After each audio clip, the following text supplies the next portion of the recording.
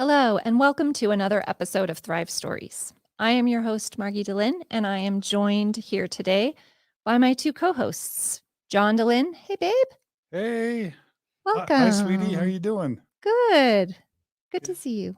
I love being your hands as you take the lead. It makes me super happy. Are you working comments and sound today? Yeah, I'm actually doing the sound mixer and the video mixer just because the cables won't reach. So, Carah, we put you in outer darkness. I know. It's Carah. I would have worn more makeup if I knew I was going to be in Oh, this no. lighting. So I made up with it, showing more skin, I guess. Welcome to you both. So glad you're here. Do we need to give a viewer warning about making comments about women's appearance? I did it last today? night. I told them where they can put it. We're good. Okay. Hopefully it carries over. Yeah. So, viewers and listeners, no comments about people's bodies. Maybe is that all right? Yeah, I think you guys can handle it. This is going to be a very sexual episode anyway. So you're going to have to handle a lot more than just Carah's shoulders right now. It's great. Well, before we dive in for today's guest, do you want to kind of give us a short summary, John, on Thrive Stories and kind of the idea behind the project, if you don't mind? Yeah. So, Mormon Stories has a long tradition of doing long form faith crisis stories that last between 3 and 12 hours. And we also sometimes cover special topics, truth claims, kind of stuff. But what we also wanted to do was really focus on the healing and growth and not have everything have to always be about deconstruction.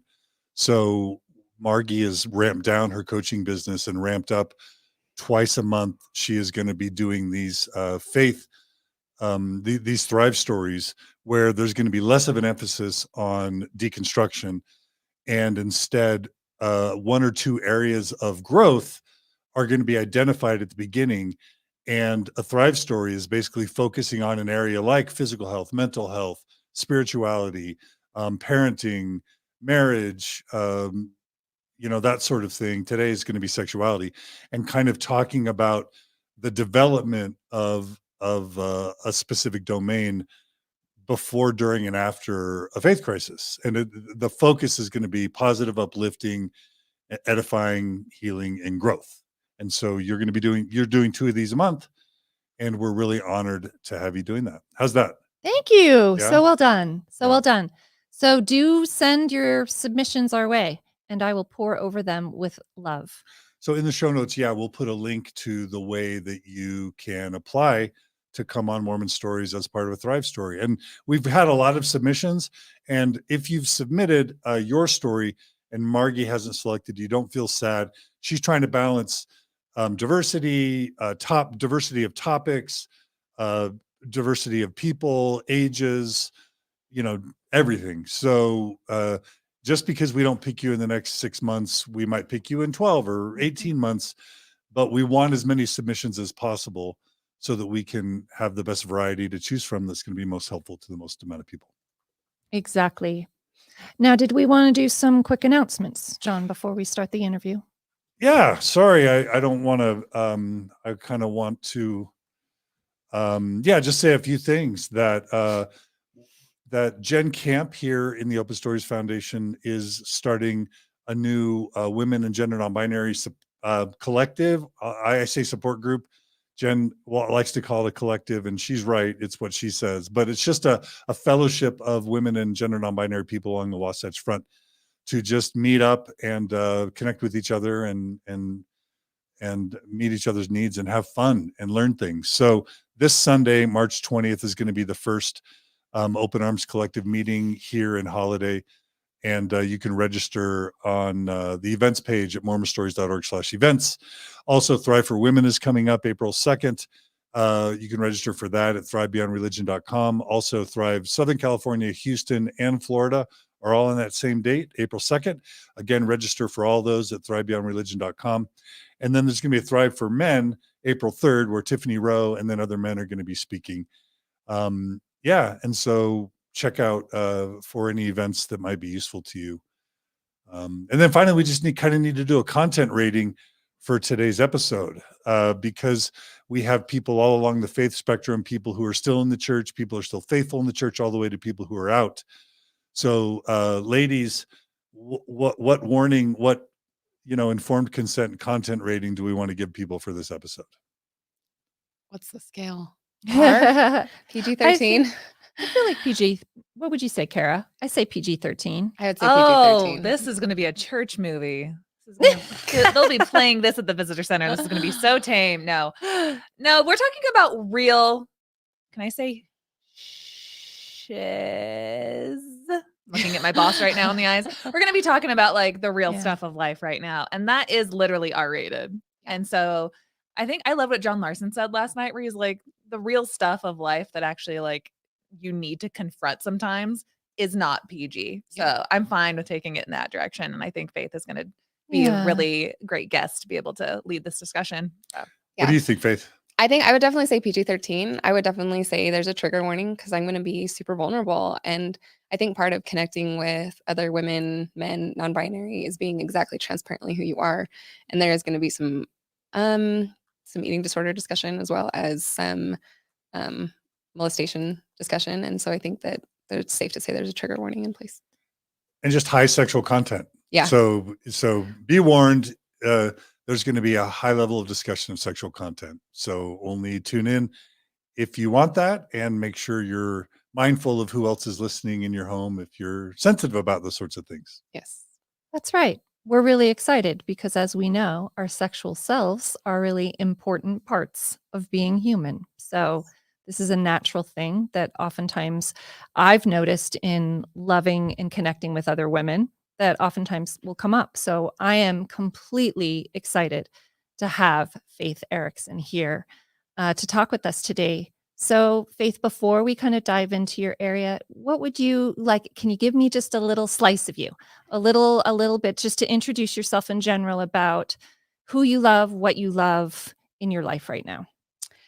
Snapshot of my life. I am obsessed with my husband. I am in love with my children. I have 3 beautiful babies. I love to create. I love to sweat. I love to work out. It is one of my movement is medicine. I love to dance with my friends. I love to be with my friends and have genuine, loving human connection with other people. And I honestly love to fangirl as people are evolving and growing into exactly who they are. I love to be their safe place. I love to be their biggest cheerleader. And yeah, I'm just looking for the most of the life that I get to choose from this place forward. Beautiful. And I feel this from you when I am with you. And so great. Should we start? Should we start by just kind of identifying the thrive areas that you have come to kind of talk about today, the areas of thriving for you? For sure. The thriving areas, I would say I am thriving in my gender identity. I'm very secure and safe in the place that I have come to. I am thriving in my sexuality, in embracing mine and others' sexualities and respecting where everyone is, because that was not always the case in my life. And I would also say that I'm thriving in my ability to respect substances and use them in a healthy way and respect what I put in and on my body. And I feel like I'm in the best place I've ever been in my life as far as that goes. Beautiful. Beautiful. So cool. Yeah. So if we were going to start, like if we were kind of going to start at your some formative moments. So let's think about maybe childhood and teenage years, and kind of if we're thinking about your relationship around sex, your connection to yourself and your body, right? Are there any things that kind of come to the forefront with regard to touch point moments or beliefs, or just kind of foundationally, what was that like for you, and what did you believe about yourself? Yeah. So one thing that I want to just give as a precursor is I'm a super huge nerd. Like all the superhero movies, Star Trek, like those are all my jam. So my origin story, I would say I have big touch points for my origin story. And one of those would be when I was probably around 9 or 10, I had 2 significant events where I was taken against my will into a back room and I was molested. And it was horrifying. And at the time, I just was so terrified. I froze. And it was deeply discouraging, deeply traumatic for informing my understanding of sex moving forward. I didn't tell anyone about it, even though anytime we went to go play at friends' houses, my parents would say, does anyone touch you? And my parents were very aware of those possibilities, but I didn't say anything because I was ashamed, because I froze and I was scared of the abusers because they were in my family, my extended family. And so I actually didn't tell anyone. I didn't even tell my dad until a couple months ago, and it was pretty emotional for him. And it was emotional for me, but I think that it was also to a place where I'm in a really, really good spot in my life, in a place of forgiveness and a place of understanding. And so I think that's a big part of informing my fear of sex. Another big part of my origin story is the strict presentation of women.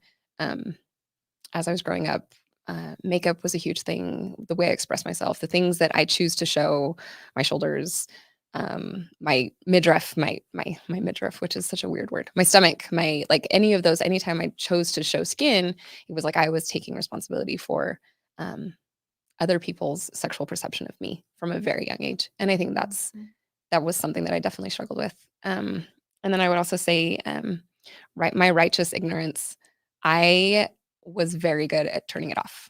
Anytime sex was presented to me, anytime there was any sort of visual or anytime sex was brought up, I was very good at shutting it off from a very young age all the way up, because I feared it. It was a scary thing for me.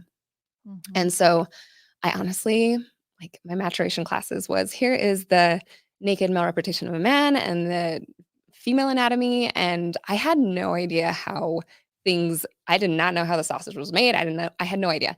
My education of how sex worked was a conversation with my roommate's friend in college who was recently divorced at like 20, because she had experienced sexual trauma in her very short marriage.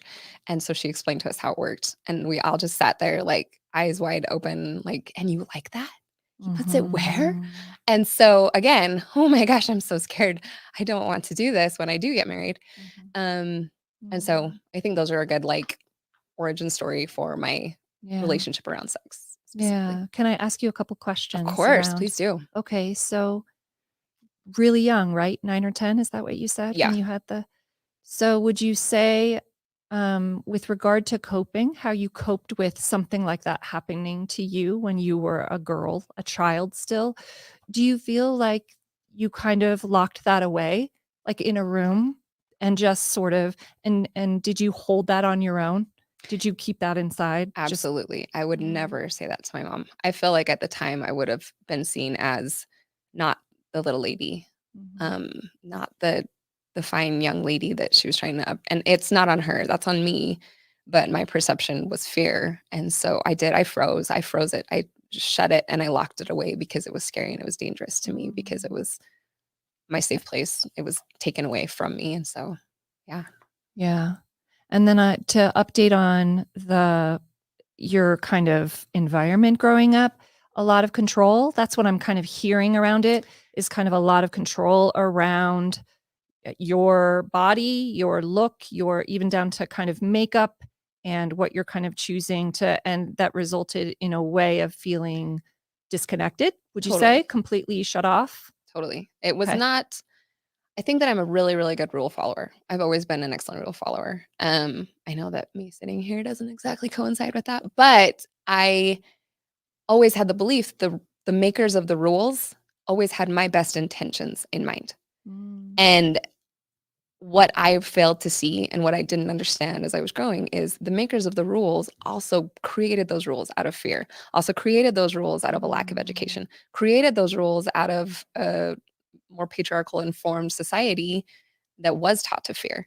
And so, I mean, I don't want to put that on my community or my society or even my parents, because they also had trauma in their youth. And I know that they were trying to protect me as well.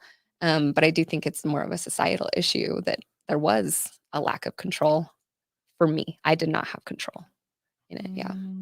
Yeah. So Keith, thank you for sharing that. Yeah. Any thoughts, Carah, over there? Oh, I just love what you said about you know, a lot of times, especially in religion, it could be anything that you assume that rule follower, like being a rule follower, at the end of the day, everything will work out. And so I'm really interested to hear how that plays into like body autonomy. Yes. When somebody else has made the rules about how your body is going to function and participate with other people. Exactly. So yeah, excited to get into this. Thank you again for your vulnerability. This I is know. already really, really cool that you're able to share this. So Well, if you ask any of my friends, it always turns into, so wait, how did we get to this part in the conversation? Because all of the conversations I get into, we get very deep, very quickly in a vulnerable spot. And it's just how I do life. So Yeah. yeah. that's why my I love pleasure. Mormon stories. Like we don't beat around the bush. You know? Nope. Yeah. And I think, you know, like choose your way. There are just a myriad of ways as I think, you know, women, we identify with power disconnected from ourselves, right? Yeah, for In sure. this process and this being pivotal. And unfortunately, like I personally think where you're disconnected, it's not like you get to just choose one area. It's kind of like where you disconnect, you are just disconnected Yeah. overall. Does that make sense? Yeah. So being integrated as a fully human being, this is like very, very important work Yeah. to do. It's Yeah. funny because a lot of times people say like, well, what's the missing piece? What's the missing puzzle piece for me to feel genuinely who I am? And I feel like a lot of times we forget that it's not one missing piece. It's the fact that all of our pieces are scattered on the floor. Exactly. And we need to figure out how they go together to most accurately represent ourselves. Yeah. I'm That's going to right. cry. That's so beautiful. No, That's right. Oh my gosh. We're only 16 minutes in, but it's going to be an amazing discussion. Yeah. So then if we kind of follow that to this area kind of pre-transition, then what did body autonomy look like?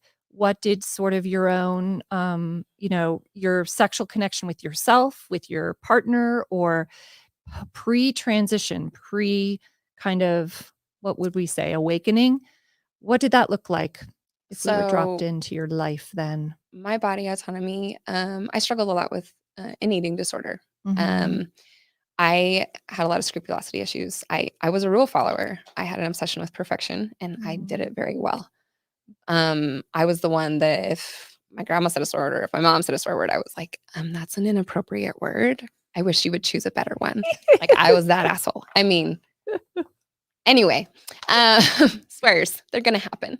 Anyway, I do think that it was a control thing for me. I was obsessed with my body, which was so funny because I was so adamant about keeping that door shut on my sexuality, but I needed my body to be perfect and presentable. And I needed everyone to look at my body and be pleased with what they saw. And I was obsessed with what everyone else thought of me.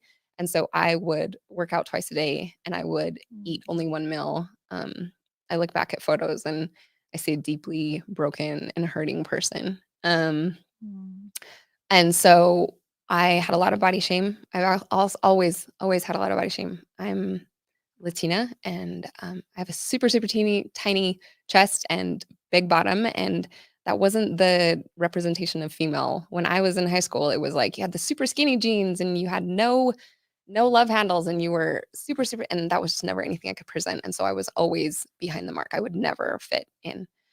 And my mom would always say, I don't understand why you want to fit in with all your little friends. They're like cookie cutter people. And I would get so mad at her, like, you are so behind the times. I have to fit in. But then as I've grown up and as I've aged, the reality is my mom was right. I wasn't supposed to fit in. I was always made to stand out, to be exactly who I was.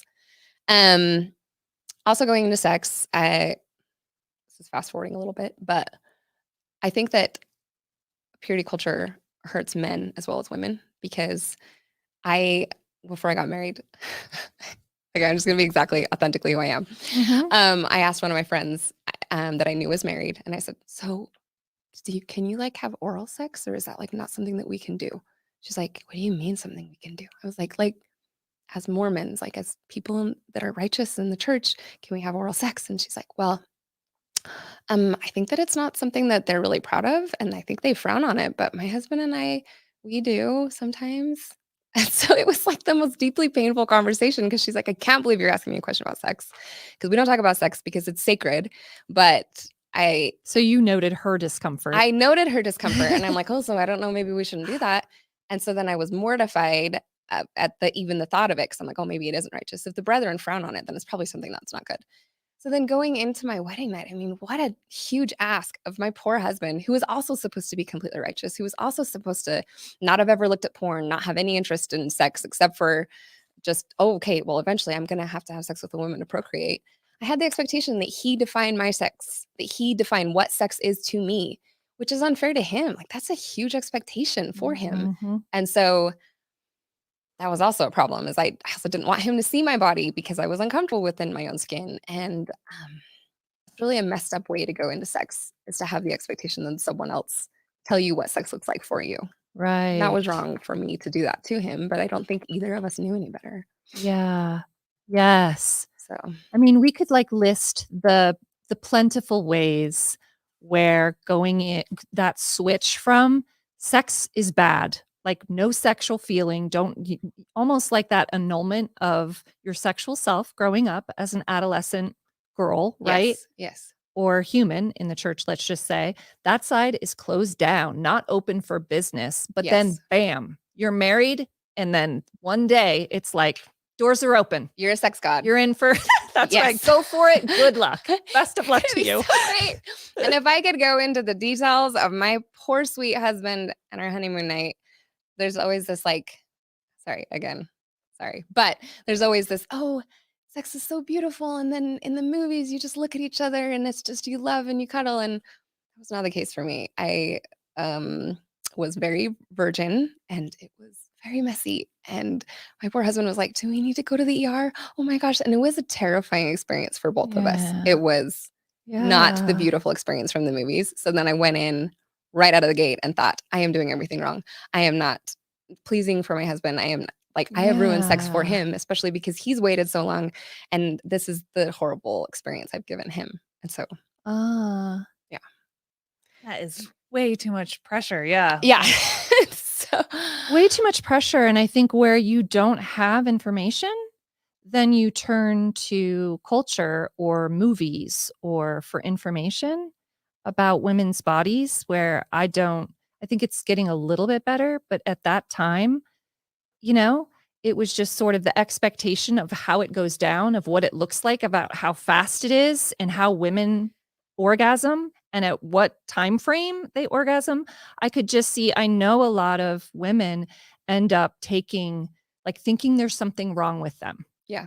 Because their experience does not match up with this information that comes from cultural kind of norms or the way it's presented, as opposed to learning, having information come as you grow up through families, through kind of healthy discussions. Did you experience any of that? Any sort of feeling of like, wow, maybe I'm not normal. Wow, maybe there's something wrong with me. Wow. Or was that not so much part of your? I definitely experienced I don't know what's normal and I don't know who I can ask because you're not supposed to talk about sex. And that was very frustrating for me. Yeah. And for me to talk to my husband, who at the time it was hard to communicate anyway, because it was like, oh, this is a weird thing to talk about. And so it was uncomfortable. But then I also think about the problems and the toxicity that was fostered in our relationship, because since I believed that he owned my sexuality, I also believed that I owned his. Yes. And so I hated when there was women in the movies that I could see their boobs and I'm like, he's looking at their boobs. He thinks that they're better than mine because mine are so non-existent. And all of these like toxic things that I was like, I owned, like, you better not masturbate because I'm here. And that was super toxic, to put all of that weight on him. And he felt like he couldn't look at other women in public because I would get jealous and it would hurt my feelings. And he never wanted to hurt me. But that was never a healthy way to look at sexuality to begin with. There was never a healthy way to look at bodies. And so, yeah, having come through this deconstruction, coming on the other side and actually seeing and having those healthy discussions that I wasn't necessarily privy to. And even if I wouldn't say that people were breaking down the door to have healthy sexual discussions with me, but I feel like if a conversation ever got even into the realm of sex, I would never have asked another question about it. I would never have furthered the discussion because I was very righteous. I was a rule follower. I didn't, even when sexual jokes would occur, I wouldn't continue the conversation. So yeah. I can't wait to dive into that more, the healing side and the education side around kind of what you've learned in that come the other side of that. I think it's going to be so important. Let's head to John. What? This is something that I first thought about when I got to know Jennifer Finlayson Fife's work about women, Mormon women in particular, not really having any autonomy or even self-knowledge around their own sexuality. And then Natasha Helfer also helped cultivate these thoughts in my mind. But with Mormon boys, it's all about don't masturbate and don't look at porn. It's almost as if with Mormon girls, they're not even sexual creatures. So you wouldn't even tell a Mormon girl sometimes not to masturbate because they're not sexual creatures at all. And what I've heard Natasha talk about is the downside of women never doing any self-exploration in their adolescence or young adulthood is that they don't know what pleasure means for them. They don't know what turns them on. They don't know their own arousal template, which makes them not only maybe they don't know a lot about sex, but also they don't know what's going to be pleasing to them. And that's just bad for everyone, because not only does it make it so it's not a pleasurable unified experience as a couple, but also the woman's not, her needs aren't even considered. Yeah. So I'm wondering if that is kind of the road you went on, and if you feel like that was not useful to you, leading up to your wedding night and those early years in your marriage. I would agree that was not useful for me. I would agree that Was that your experience? that was totally my experience to a T. I was So you not didn't a know how sexual creature. you didn't know how your body worked. No, and I couldn't even admit to being interested in how my body worked. I remember when we went through those maturation classes, the lady was like, okay, so you can put a mirror down there and you can look down there and there should be 3 holes. And I was like, oh my gosh. It's like, and why There's a would I do third that? hole? Why And would I want to go down there? mortified. And I remember doing it and then instantly my face flushing red and then feeling shame and like, oh, I can't believe I just saw the 3rd hole. That is so I mean, maybe not everyone is like me, but then I say that and then I see all of these women posting on Instagram, all these Mormon mommy bloggers and stuff posting about owning their sexuality and being comfortable and alluding to the fact that they were taught differently and that sex is a good thing. And so I can't say that my experience is singular. I can't say that my experience is a one-off, because everything that I see in statistics in society, in my friends who are men and women, I mean, I hate to keep talking about the men's experience, but no, I was never told, like, there was always like, oh, you're not masturbating, right? No, of course not. Why would you ask me? But I've talked to my friends who are men who were like suicidal because they believed that they were a sexual predator just because they masturbated like once a month or something. And they were just a normal human being. And to know that that whole time when I was trying to push it away, how much harder it was for them and how much more, I mean, I wouldn't say harder. I think that we choose our hard and it's our both of our valid experiences. But I think it is painful and wrong for men and women. Yeah. But and that's not even including just the psychology. Yeah. That's like can't help you. Just physically and sexually, I can't help you down there. I can't, I don't know what to tell you, but good luck. Hope you find it. Yeah. But even psychologically, the idea that if you're kind of hearing messages around, don't do it, bad, and then it flips on a dime. And just because the rules change in you does not mean your mind then is open and can actually relax and can feel, can feel comfortable and get you to that place where oftentimes, we want to go mentally and psychologically to be able to have pleasure. Yeah. That is a different state of being than fear. Yes. There's a one of our viewers on YouTube writes, I call it the red light, green light with sex. It's kind of like red light, red light, red light, red light, all up until you're married. And then all of a sudden there's supposed to be a green light. That's right. Yeah. I agree. Yeah. And I don't know at what point we want to start sharing all of the good stuff. We'll get get that did there. come.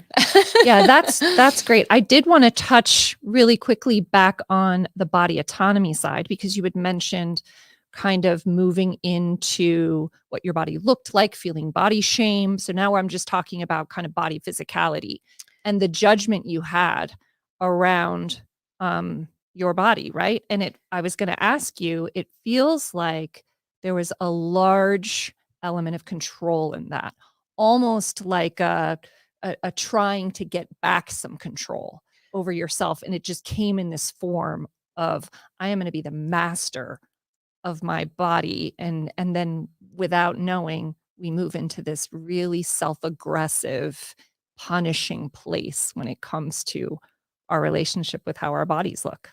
I've posted several times about it just because I've tried to get really vulnerable about where I was, but I physically hated my body. I remember wishing away and just being in a very, very dark space about my body. And the truth is like when you say the why, which is painful for people to actually ask, why do I hate my body so much? You realize that it's because you're comparing it to everyone else's, because you are spending every minute of every day wanting to have everyone else see your body and be pleased with what they look at.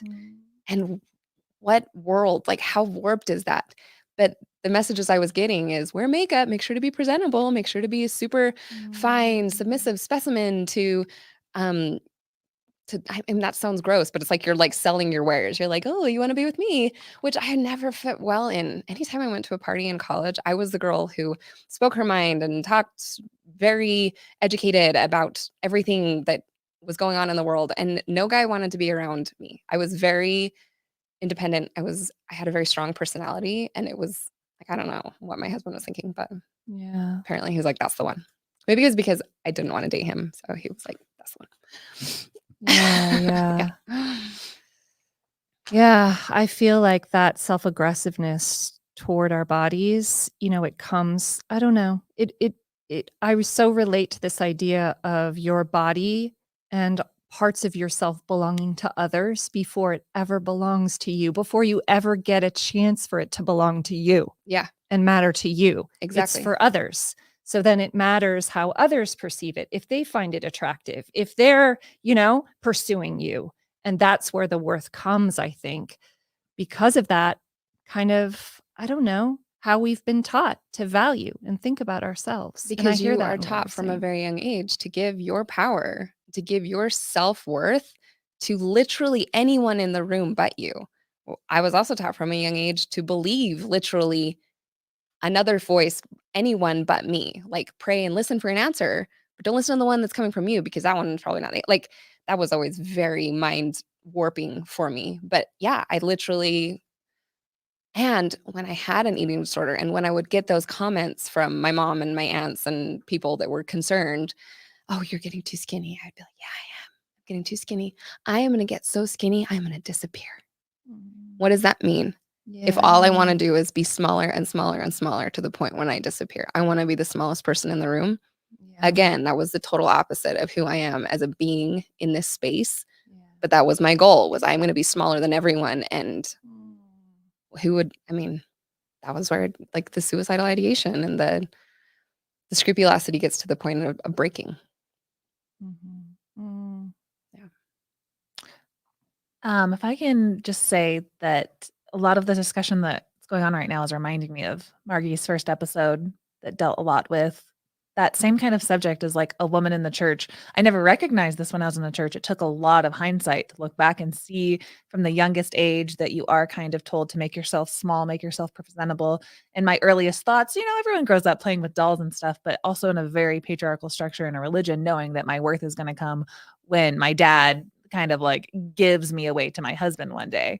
And like, I think there's nuggets of truth and beauty and grains of beauty in all things, but they can be blown out of proportion. And when you focus on only that, and that's where you find your worth and your value is like by providing kids to this organization. You're only of worth if you're a mother now in the church, or you're only of worth if you can like show up sexually to please your husband. And it's not really about self-actualizing first as a woman. Like that's not on anyone's priority.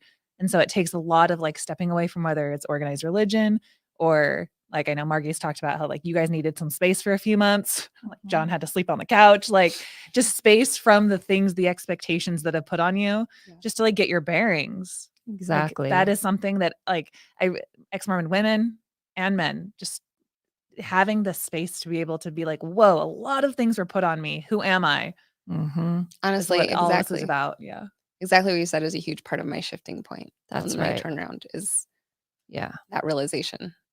and the story that goes along with that. Yeah. And that part where you said that you were kind of feeling like to listen to everyone else but yourself. Yeah. And like we can hear it now and be like, that's tragic. But I'm going to cry thinking about how not just Mormonism, but there's billions of women, men, people all over who are told to listen to somebody else except for their intuition and be Mhm. not actually feeling valid and whole coming into this world, always being told they're at a deficit. And that's just, Can I actually tell my story that goes along with that? I Do think it it. fits very nicely. So, after I had my first daughter, I mean, of course, I was with my husband for almost 2 years when we got pregnant with my first daughter. And then after my daughter came, I had gained a lot of weight. I was the biggest I'd ever been in my life. And it was very difficult for me and my husband because I did not feel sexy. I did not want to have sex. I didn't want him near me, but I also wanted his closeness. And one of my love languages is physical touch, but I didn't want him near me. And it was very difficult for us because then I went back into that same old friend of eating disorder and working out until I was completely broken. And I got to the point where I wasn't losing weight. I wasn't feeling good about myself. I wasn't turning any corners. And I had to have that realization that my self-worth and my identity can have nothing to do with what I perceive his thoughts and his feelings are for me. Again, I'm obsessed with my husband. I was at the time, I am now, but that's not on him. I was putting that on him. I was putting all of my self-worth on what I perceived his thoughts of me to be. And I perceived his thoughts of me to be this disgusting and ew, she's always got baby barf on her and she doesn't take care of herself. And I told myself a story of what he believed in me. And I honestly think that it probably could have ended our marriage. I was in such a horrible place. The part where I had a turning point was my self-worth can have nothing to do with him. If I decide to lose weight, if I decide to take care of my body, if I decide to get to a healthier place, it can have nothing to do with what I believe he feels about me. It has to only be what I believe in myself. And that was never a thing that I had ever experienced in my life, trusting my love of myself. And so then I had to get to a point where I loved myself to a healthy place. I'm not the thin, skinny person that I always perceived was perfection. I'm a healthy version of me because I stopped caring what anyone else thought or perceived about me and my body. I only cared about how comfortable and happy and proud I feel in my own skin. But it took that total, almost losing everything, almost losing my husband, almost losing my life to have to turn around and say, no, it only has to come down to my love of self. Yes. I hear a lot of reclaiming in that, like reclaiming yourself, reclaiming your relationship around that I think is so pivotal. I feel like we've naturally leaned more into now some suffering points, like how these kind of beliefs and mindsets around your body and your relationship with sex, with yourself and your partner now have come to sort of, are there any other moments of suffering that come up either in that I feel like illustrates almost both, right? Yeah. Kind of your relationship with your body and what you perceive to be attractive and worthy. Yeah. Right.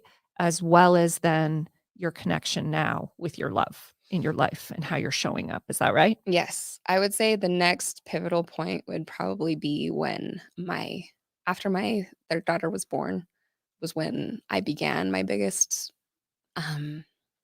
self-actualization, self-crisis, faith crisis, whatever you want to call it. When my third daughter was born, got to a place where I was in a very, very dark spot. I was in love with my new baby and I just felt like a shell of a human though. And I got to a place where it wasn't even about whether or not the organization, the church that I believed in was true. I didn't even believe there was a God because I didn't believe that there could be a loving God when all of the tragedy and horrible things are happening in the world. And that was in 2016. And I talked to my husband, who was deeply loving and supportive.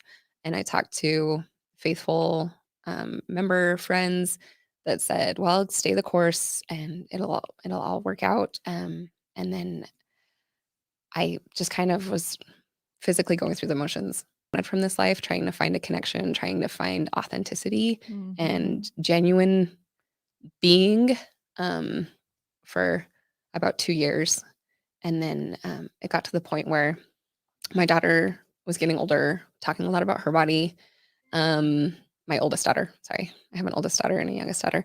And my oldest daughter is much more built like I am. And she would talk about, why are my hips so big? And why do I not look like the other girls? And why are my legs so thick and stuff like that? And I had to get to a place where, okay, my time of figuring my stuff out has got to go on the back burner. And we need to make choices moving forward to make a healthy and a safe and a open-minded growth process for these kids. And so we needed to figure out what we believed in and what we wanted to do with our belief systems in our home. Mhm. And to finish that story, 2018, we delved into gospel topic essays. We went to literally any faithful source for us to really dig deep and make our testimonies what they needed to be so we could baptize our daughter the next year. And we got led the opposite way. And it was very confusing for us, but also very, very self-affirming that all the things that we've pushed away, all the time that we have spent saying, why is that way? Why is it this way? I had a family member come out as gay during that time. I had another family member come out as trans. And I knew that the faithful response was, oh, I'm so sorry that that's happening for you. Like, Mhm. you'll work it out, figure it out. And then I struggled deeply with that. That was very two-faced for me. And I reacted badly for both of them. I was not a support. I was not a safe place. And that was outside of the realm of who I am as a person. And that was really painful. Which means on some level at that point where your paradigm starts to kind of, let's just say your pre-existing paradigm starts to crumble, what you've believed all your life starts to kind of crumble, you begin to connect to yourself. Yes. Because in order to kind of say, wait, I'm showing up in this way and it's feeling wrong. It's actually not feeling like me, or I'm feeling like that response isn't, that means you actually have a growing sense of self inside you that is emerging, that you're actually recognizing. Yes. But I have to say, because I get lots of angry messages about the things that I post that are pro LGBTQ, I get people who have angry responses that I'm wrong. And I always have to say, you have to understand that I have been where you are. I have said all the things that you have said. I have felt all of those things. I have felt anger and fear when someone says that their valid love of someone else, that their valid human experience is against what I believe is true for my religion.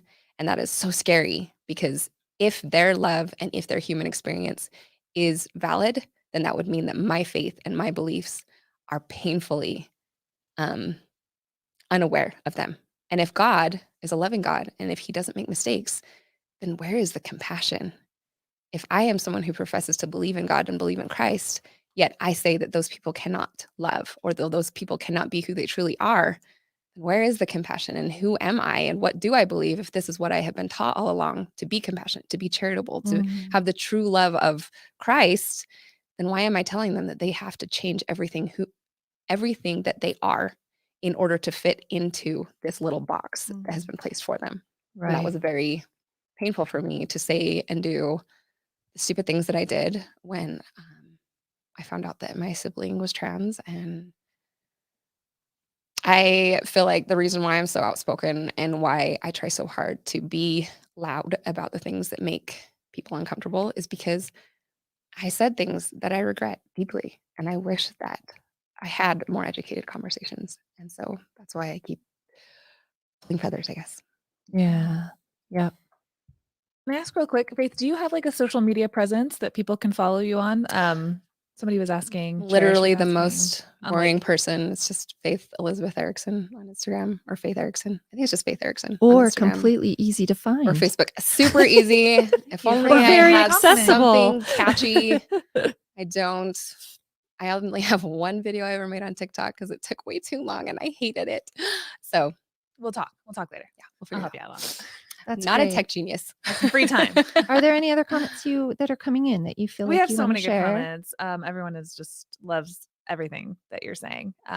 We have a super chat from Brock that said, Faith, thanks for sharing your story. So thanks, Brock, for that super chat. And yeah, just so many positive, amazing comments we've just been highlighting on the screen. So if you go back and watch this episode, you'll feel a lot of love. Listen to all the things.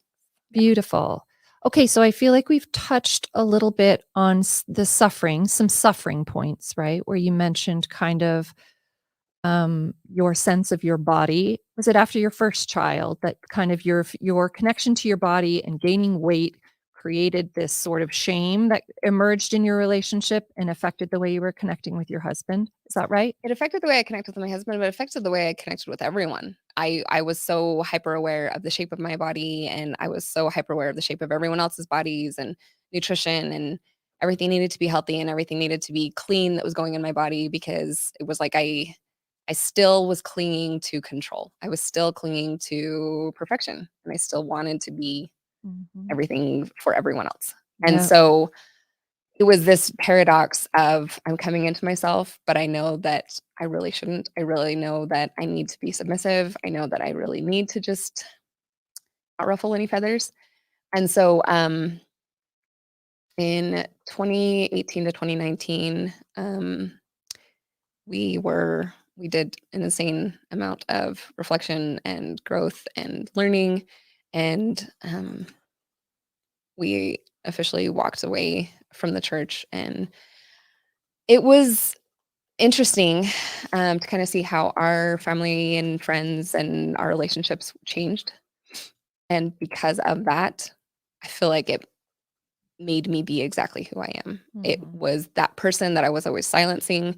Anytime there was a conversation with other women about, oh, that pesky sex, I could go the rest of my life without it. I just feel like I have to please my husband the one time a year, whatever. Like these conversations, I wasn't afraid to say, I like to have sex and it doesn't bother me. And I would love to have sex until I die. And that was your truth that at was that my time? truth. And it was difficult to share in front of other women because I was like, she's the one that likes it. Don't get close to her because she's dangerous. She likes to have sex. And so I definitely knew that that was like a whisper about me. And then I just got to the point where it was like, I am so tired of trying so hard to contort and twist myself to be what I need to be, what I am told to be, what I believe that I should be. And so then I just, fuck it. I'm going to be exactly who I am in every way, shape, and form. And so Yes. that's where that evolution, I should say revolution to who I am today began, was where I stopped being ashamed of who I am, and I stopped being ashamed of those thoughts that I needed to push down and push away. And for you, was there a particular a situation, a moment, some type of catalyst that you remember where it was just sort of game changer, where it was like, no more, not another day? Or for you, was it more of a subtle, like unfurling that slowly you made kind of shifts that over time kind of brought you back to you? I would say it's both.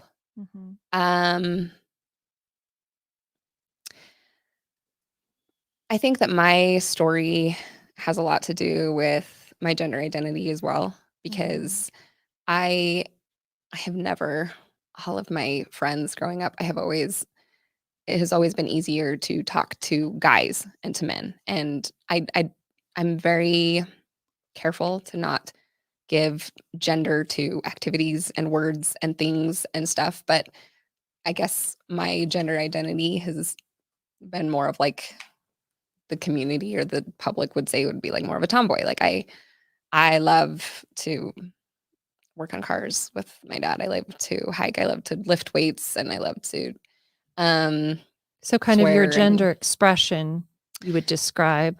it was as- more brusque. It wasn't ever submissive. It wasn't ever the quiet, like, oh, save me. I struggled being that. And so I think that I finally, I don't know that there was like one moment, because it was like a general unfurling of seeing other people stand out and be exactly who they are, and them giving me the Yes. confidence to be exactly who I am. And then I wanted to be the one that defended them. I was so Mhm. tired of like quietly standing by during the 2015, having very big objections to it and listening to faithful comments about it, but being very angry about it. Really quick, you're talking about the LDS Church's 2015 Exclusion. LGBT exclusion policy. Yes. Okay. And then it was deeply painful and confusing to have them say, you guys, we asked God like 100 times, and we were like, you're being kind of a jerk. Everyone's hating this rule that you did about this rule of exclusion. Then God was finally like, okay, we'll change it. That was very weird for me, that I'm like, you dug in so far. How many families did you rip apart? How many hearts were broken? And you're blaming it on God. You're saying he's the one that's Mhm. judgmental. You're saying that he's the bigot. And then Yeah. that went into the whole like blacks Yeah. in the priesthood and women and their value. And I just feel like it was this general like overflowing. When I knew that we had to absolutely walk away from the church, is literally the most dumb thing, but it was the one that was the cursor, for, like the straw for me. We were buying t-shirts for our kids for their school, and the colors were gray, blue, or pink. And the pink was like this bright, eye bleeding pink. And I asked my son, I said, hey, do you want blue or gray? And he was like, why can't I have the pink one? I was like, oh, well, you could have the pink one. He's like, I want to have the pink one. Pink is my favorite. It's like cotton candy. And I was like, that's awesome, dude. Let's get you the pink one. And then he walked away, and it was like, I don't know why I'm getting emotional right now. Mhm. I did that to him. I said, oh, you can only have the blue or the gray one. And in that moment, I was like, I'm not going to raise my kids this way. I will not continue to exacerbate the stories that are told in the world. I want my daughters to know that their value has nothing to do with the perception of others. I want my son to know that he can be exactly who he is. I want to Mm. protect the people who they are going to become, and in so doing, I need to do better. And Yeah. I mean, that means nothing. It doesn't mean anything about his gender identity or sexuality or anything. It was something that I did that changed it for me. And in that moment, I also said, and my husband and I had this conversation of, I never ever want my child to feel ashamed of who they are Yeah. or something they've done or what they feel. And I want them to know that nothing that they can do or say can ever keep my love from them. And at that point, we chose our family, we chose our kids over our orthodoxy. And yeah, I I know love that's that like, so much. Yes. it's not like a pivotal moment because it's t-shirts, but it was what I needed. So It does sound quite pivotal though. I think, and some of those pivotal moments come in small, daily. It's the power, I think, sometimes of being in presence with our children. Because what I'm hearing too, I remember you mentioning your daughter that oftentimes, like you saw, had some body shape like in common with you. yeah, And I think sometimes what happens is we start to relate and see in our children a bit of ourselves, or a bit, and we're like, no, I am like, and it's almost like we're willing and to see, or more able to see for them. It's like that other thing, but then we bring it back to ourselves. yes, It's sort of like, you know what, this applies to me. I deserve bigger love.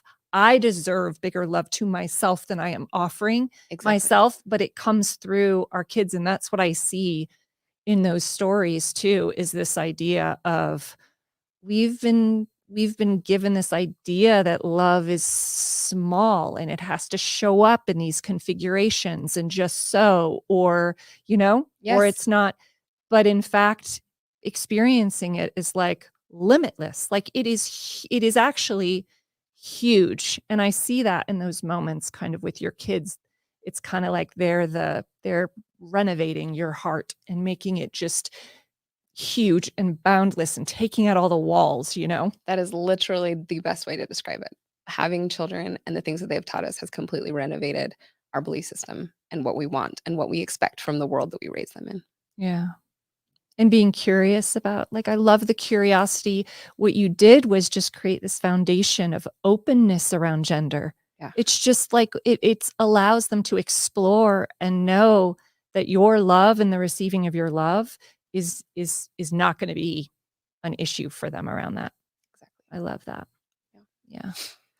So let's talk a little bit then about what it has meant for you. I guess we could go to grief and loss first. I mean, we kind of touched on how religious structures, beliefs, and systems weren't super helpful when it came to body autonomy, right? Mhm. And your relationship with sex with yourself and others. Did you experience a sense of loss or grief in these areas? I know faith transitions can offer grief and loss in other areas.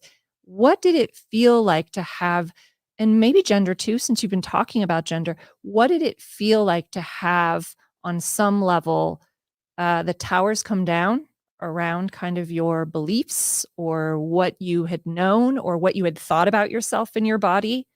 And kind of, did you have things to grieve and loss? It was completely devastating. It was completely, I think Mindy Gledhill did an interview with John Dehlin, and she was talking about feeling like she was broken into 10,000 pieces on the floor. It was literally what we were. I remember looking at my husband and I was crying. And I said, what does this mean? If this church isn't true, does this mean that this is all over? What are we doing here? Does that mean that this marriage is no longer valid? What does this mean for our life experience? And so it's funny because a lot of times we talk to people and they talk about, oh man, you're so lucky that you were able to make it through a faith crisis and keep your marriage intact. But what the people that we talk to, and of course it's kind and it's very sweet and stuff, but our marriage had to be torn down to the bare bones. You guys talked about it too. I had these deep-seated issues that were part of my being that believed that if we didn't believe in this church, if our eternal marriage was no longer valid, that we wouldn't be together. And that was beyond devastating for me. It was beyond devastating to know the things that I had said and the things that I had done under the guise of defense of truth and defense of righteousness, and knowing that I had hurt people because I knew that I was right, that I was on the side of God, knowing that I had hurt people. That was deeply painful. And so I think that the grief and the loss, for sure, it has changed the way that our relationships work with people in our lives. I feel like I've become somewhat of like a cautionary tale for some people that don't know me well. I feel like the friendships that I've kept intact are people who knew me well enough before and know me well enough after to know that, like you said, my love and my capacity to love people has just expanded. My understanding of the world and my desire for greater peacefulness and greater understanding and compromise has just expanded. But I do think that I miss the closeness that I used to have with people. So loss of relationship. But I do think that things do change. Nothing always stays the same. And I do think that, yes, that is because of my choices that those relationships have changed. But I also think that people in general should evolve. We should change. We should grow. And if this is the only life that I have to live, if this is the only breath that I will take on this planet, then I want it to be authentic. And even if that does evolve or change the relationships that I'm involved in, I can own that and know that my responsibility is within that. But there are the relationships and the connection to other humans that I have now makes me very emotional. The support and the love and the friendships that my family and I experience now is, I have no words for it. So yes, I have lost connection to some, but I have gained so much more. Yeah. Don't you think that's kind of the interesting thing about it is when you're taught to believe love is small, then all you can hold is a small amount of love for yourself. Yeah. Like And it's others. what you, yeah, it's like what you carry or what you have is all you have to offer. But like when you're taught to sort of use, it sounds like to you, you started actually giving bigger love and bigger love and bigger love. And then the effect of that is you actually hold bigger love for yourself too, Totally. that it works both ways. Yeah. Yeah. Yeah, it goes back to like that rule following earlier. Like you believe in a God that has rules for humanity that you need to follow, and there's other people that don't follow it, and everyone's just kind of living and running for perfectionism that can never really be achieved. And you're just like this whole episode just reminds me of just the sadness that I feel for people who always believe that they're at a deficit. They just cannot exist in their own regular state and are always running, achieving for something. And if you can't see that if you can't see that in other people, it's like you're not measuring up to God. I'm not measuring up to God. Like, how can you possibly live? I'm so glad I discovered these truths about the church at like 30. I couldn't imagine going for so long. Some people go 60, 70 years old Yep. and never Yeah. having this kind of love for Yeah. themselves and for others. Yes. That's Yes. right. I agree. Totally. Yeah. Did you experience amidst your faith transition any loss around body, like any things that you lost around body autonomy or sexuality in the way? That I lost in Yeah, leaving the like church. as far as grief and loss, I don't feel like it's this. I'm curious if it's like stability or I can't imagine so because I feel like it's kind of more of a wounding, that particular what you received religiously in those areas was more of a wound. So I almost feel like I should ask you how it healed but I was going to say, I feel like the only thing I lost was having to wear garments. I feel like that improved a lot of things. as it turns out, right? I Can we talk really- about the significance of that for Taking off your garments, looking at yourself in the mirror for the first time. Yeah. That's an experience every Mormon woman, I think, has to go through at some point. Of like, yeah. well, that's new and interesting. I'm in normal underwear. Let's have a look at that. Well, and I feel like that plays into body autonomy. I feel like Totally. that plays into the way that I saw myself. Agree. My body is short, athletic, and it does not play well into the Mormon. And I was so tired of no expression. You wore the same t-shirts as everyone else. Everyone wore the same cardigans, the same scarves, the same, because that was the That's only right. fashion that you could do is you could add things on. My bodies have never lent well to any of those things. I'm just laughing so hard right now because I just posted something on Instagram today of me and my friends when we were 19 in Las Vegas, and everyone's making fun of how we're all wearing white shirts with tank tops over them. Seriously. Yes. And then everyone's like, they're like triggered by it. And that's exactly what you just said. But you're right. It's like the Really, same you have to add. thing. Ugh.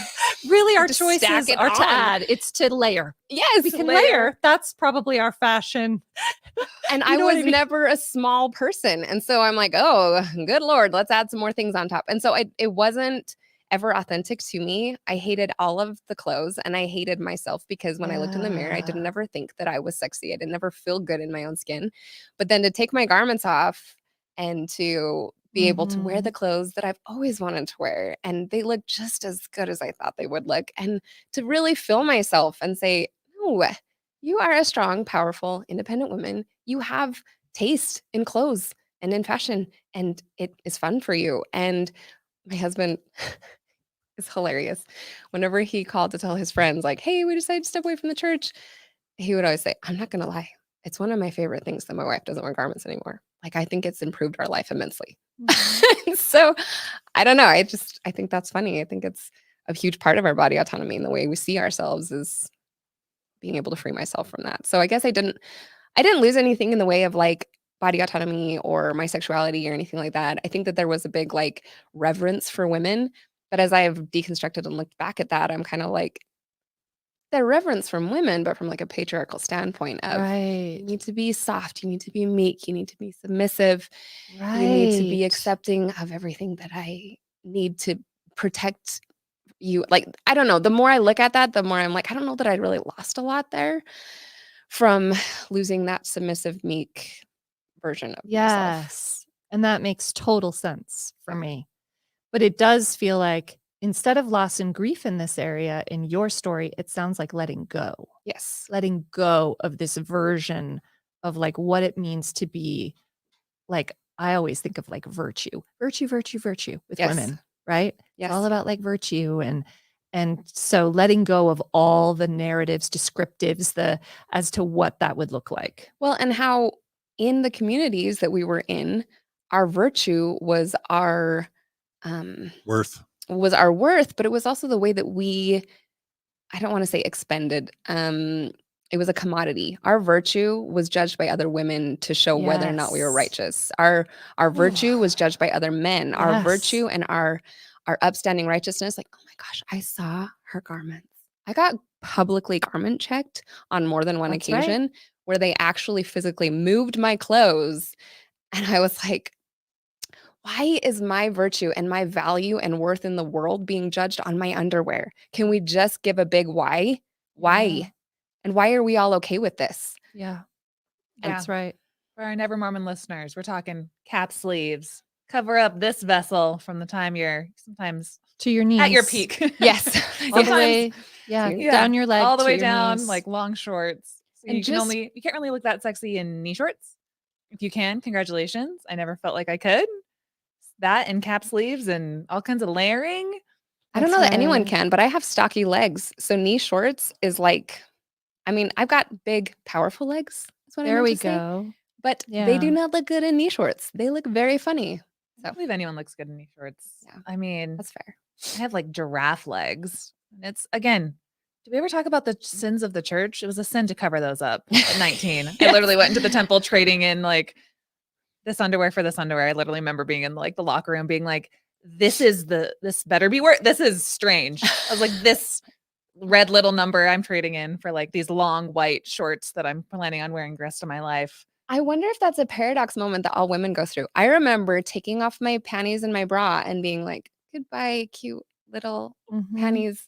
I mean, you Mhm. still wear a bra, whatever, but like just realizing that the things that I felt sexy and excited about putting on when I was a teenager or in college, and then being like, and we're so righteous now. That's right. And that was a big paradox in the temple to have that moment of Exactly. It is. goodbye femininity. And And Yeah. it's also another moment where you're taking on another identity almost. It's like Yes. you lose the identity up to that point. Yeah. And now we're kind of whitewashed. Now we're in with the masses that are now doing this thing. Yeah. And we cancel.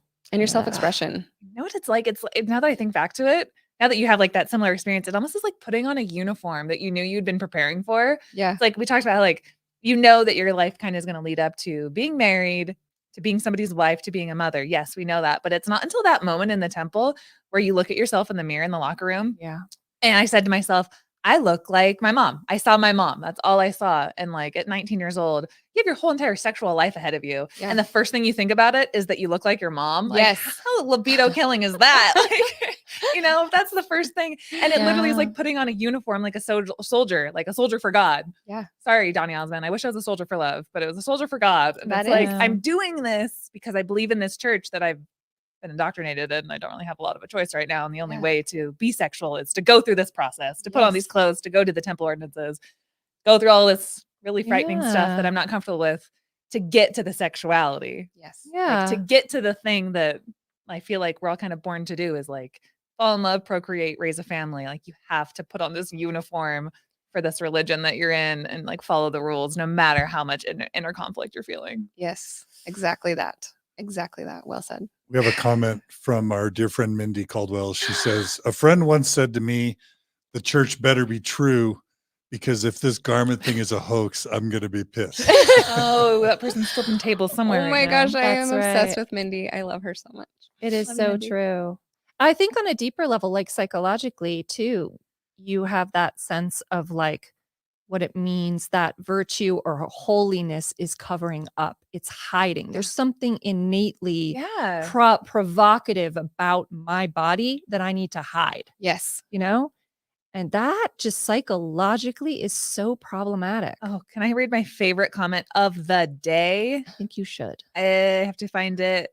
Alexandria said, high demand religion plus purity culture equals body dysmorphia. 100%. Alexandria, you totally Say get less. Like girlfriend. Like BDD, you don't body realize it dysmorphia sometimes disorder. until you get out and you're like, oh, this was not healthy. Yeah. I have to give up everything that is authentically me in order to be in the okay. And I'm sorry, that is a very terrible parallel. That is a terrible parallel to have the realization that you have to give up all of the things that are authentically you in order to make it to the highest degree of glory. But that is a lot of Heaven's Gate. Didn't they have to give up? They had to become completely androgynous in order to be like the most righteous. That's kind of weird. Not making that connection. Yeah. May I ask you all a question from a guy's perspective, kind of with my Mormon brain intact? When you talk about being sexy, coming into your own, throwing out the garments, putting on sexy underwear, the Mormon brain and probably the patriarchal male brain, Mormon male brain, feels a little bit threatened by that idea. It's like, wait a minute, why is it a virtue to embrace your sexiness?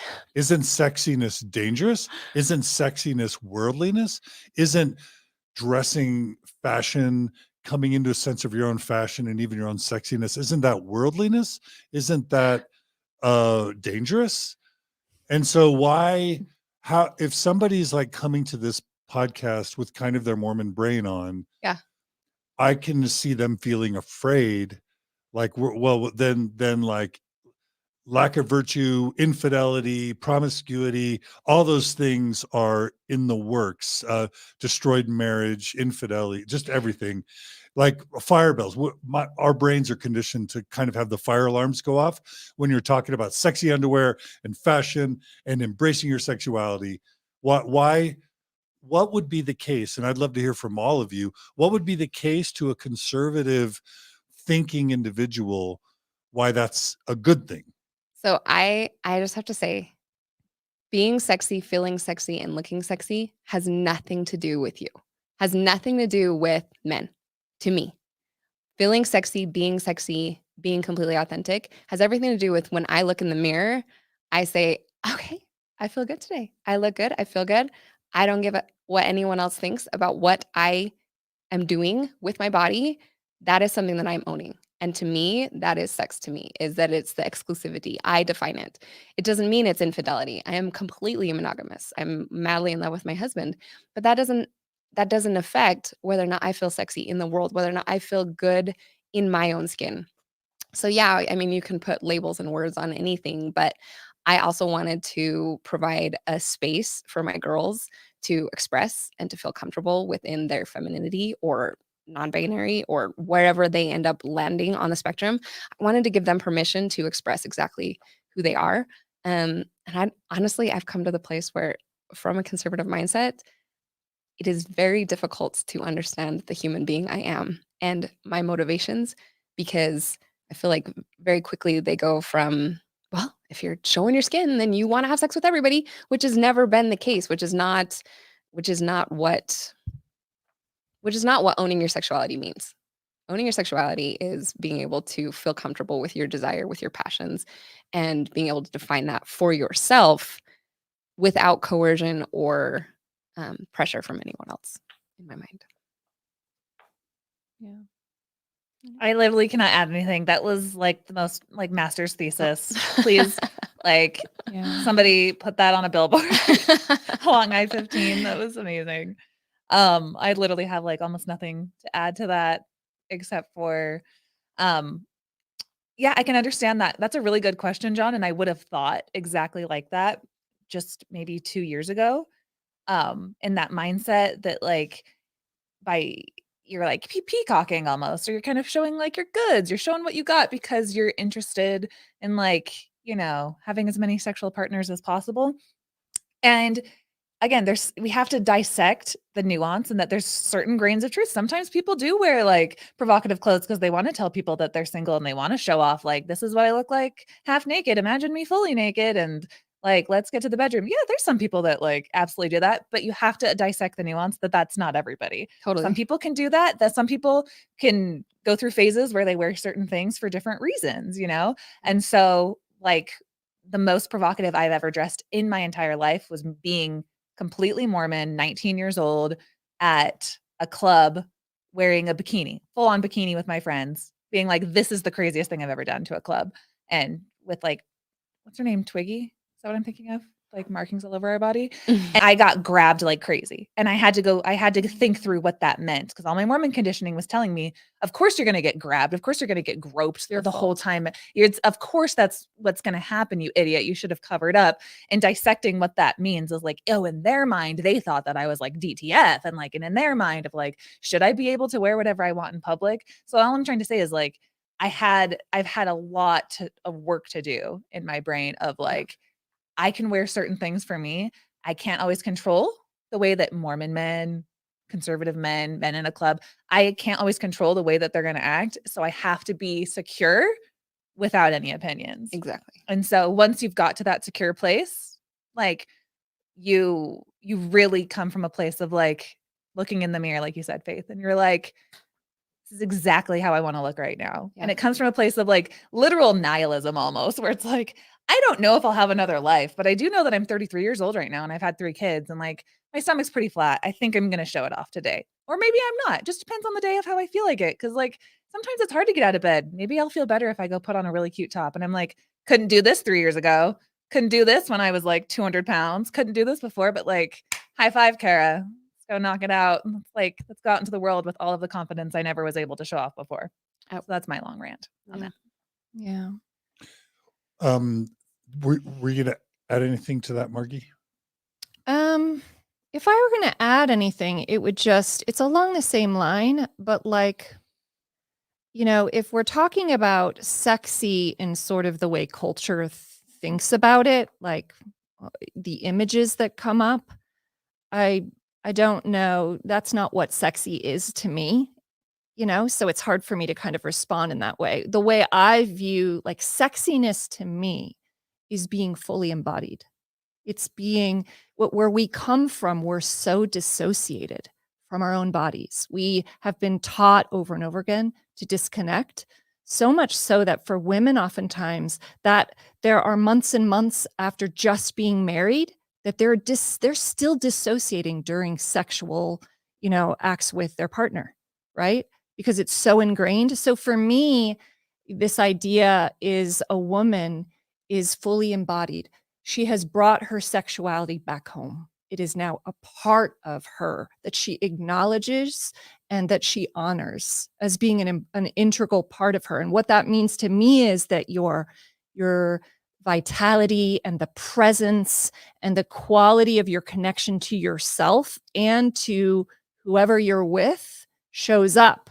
And it can show up in intimate acts with your partner, you know, and it shows up in the way you're connecting throughout the day with yourself. It's not something separate from you. It's not something, it is part of you. And so that's what I feel with people. I feel like you can feel when people are really connected to that sexual side of themselves or that sensual part of themselves because there's this fluidity. Yeah. It's like a big open room and all the pieces to themselves are open and welcome, as opposed to when we're sexually cut off from ourselves, we literally are, we don't have access to parts of the way we connect to ourselves and to others. And you feel that in people. So in my view, what you wear, or, you know, how short your skirt is, or if you wear makeup or if you have long hair, that to me is like the surface, a very surface, almost, I would say, patriarchal view of, and maybe even of what kind of we're really talking about when we're talking about someone who's really sexually fully embodied. Yeah, that was beautiful. I agree. Thank you. A cousin question to this comes from Michael Dale. He says, can you all share your thoughts on modesty? And I do think that's a topic worth hitting head on. Yeah. And Faith, let's start with you. Modesty culture. Yeah. That is like the most triggering word. Just because modesty, honestly, is such a patriarchal expectation that you need to cover yourself up because I own you, or you need to cover yourself up because the father owns the daughter and she needs to make sure that her goods are covered. So there's no coveting. Like there's just so much that's wrapped up in modesty that gives your body control to everyone else. And I think that's why it's triggering for me. I feel like I define what's modest. I define what's sexy to me. So I don't really care if other would. Okay. I guess someone in an angry message was like, you just think that you're more righteous than anyone else. And I said, I don't think righteousness applies to me because I don't believe in it as a social construct. I don't think that that's a healthy thing to be saying someone is more righteous than another. It really only applies if you believe in the things that modesty only applies if you believe that you want to perceive that in other people or that you want to perceive that in yourself. So I guess I'm not sure what you really want, just depending on modesty. I think that I have no problem with boobs or butts, but other people may feel triggered by it. I guess, I don't know. I guess that's what should be defined for each individual person. It shouldn't be owned by others. There shouldn't be a rule to be met in that regard. Let me ask you a question then. Do you have daughters? Yes. So you mentioned that. Okay. So I also have daughters and I don't know, honestly, how I'm going to go shopping with them, like once they become like tweens and teenagers, because I believe in everything that you said. But then I also am like, yeah, I also kind of want you to pick one, show your shoulders or your legs. Like, I don't want you to be dressing completely provocative, like every day walking down the street. Like, I don't want you to embody your mom's honus. Like, please cover up. So I don't know how I'm going to talk to them. So how do you talk to your daughters? So I would say that goes into the risk to benefit ratio, which is kind of how my life is ruled now in the collateral damage. So one, my personal savior, Tan France, he says, pick one, which is totally great. That's super classy. Like, just pick one. But there's some days when you want to show your shoulders and your legs. And I feel like with my daughters, I want you to dress in a way that you feel that you're respecting yourself, that you feel like you are dressing in a way that you are feeling powerful, you are feeling good in your own skin, and that you are not doing it for anyone else. You're not doing it in a way, oh, I want that boy to think I'm super sexy and super hot. Because in that point, you're kind of losing your respect for yourself. If you want to show a little cleavage because you're confident and you feel good about yourself, that's really fine. But I just feel like stop making sex a commodity. Stop making sex something that is up for ownership, and just be exactly who you are, be respectful to yourself and others. And that's why I don't show my bare boobs and bare butt to everyone else. So I love, love, love that. Because again, I think this whole conversation really comes back to wholeness and seeing yourself whether at a deficit and who can fill those pieces for you. And again, if you're doing it to fill a piece because you're like, this is what will give me be wife material, and this person will love me more, or I'll be more holy in the sight of God, or like this boy at school will find me more attractive. Like, going back to what we were saying earlier, like if you already view yourself as like you're whole, you're good, and then starting from a very centered starting point. Yeah. Then deciding what clothes you want to put on instead of starting at a deficit. And saying like, how can I fill in the gaps to feel whole now? I love that.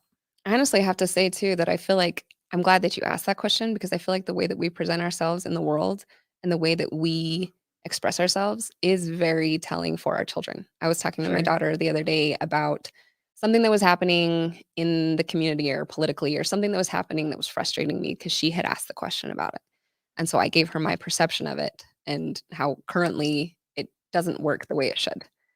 She's like, well, Mom, you need to stand up and you need to say something, because if this is happening and it's not good, then you need to be the one to be brave and to stand up and make the change for the better. It was getting a little sweaty, and I was like, okay, sorry, I'll do better, because my daughter sees the way that I present, sees the way that I express myself, sees the courage and the confidence with which I present myself to others. And in her mind, well, then let's make the change. Let's make the difference. If this is something that is causing suffering for others, then why are we allowing it to move forward this way? And she's going to be a superhero. Well, I wonder if were you going to say something else? I know I'm asking a lot of questions, but I have to ask one more.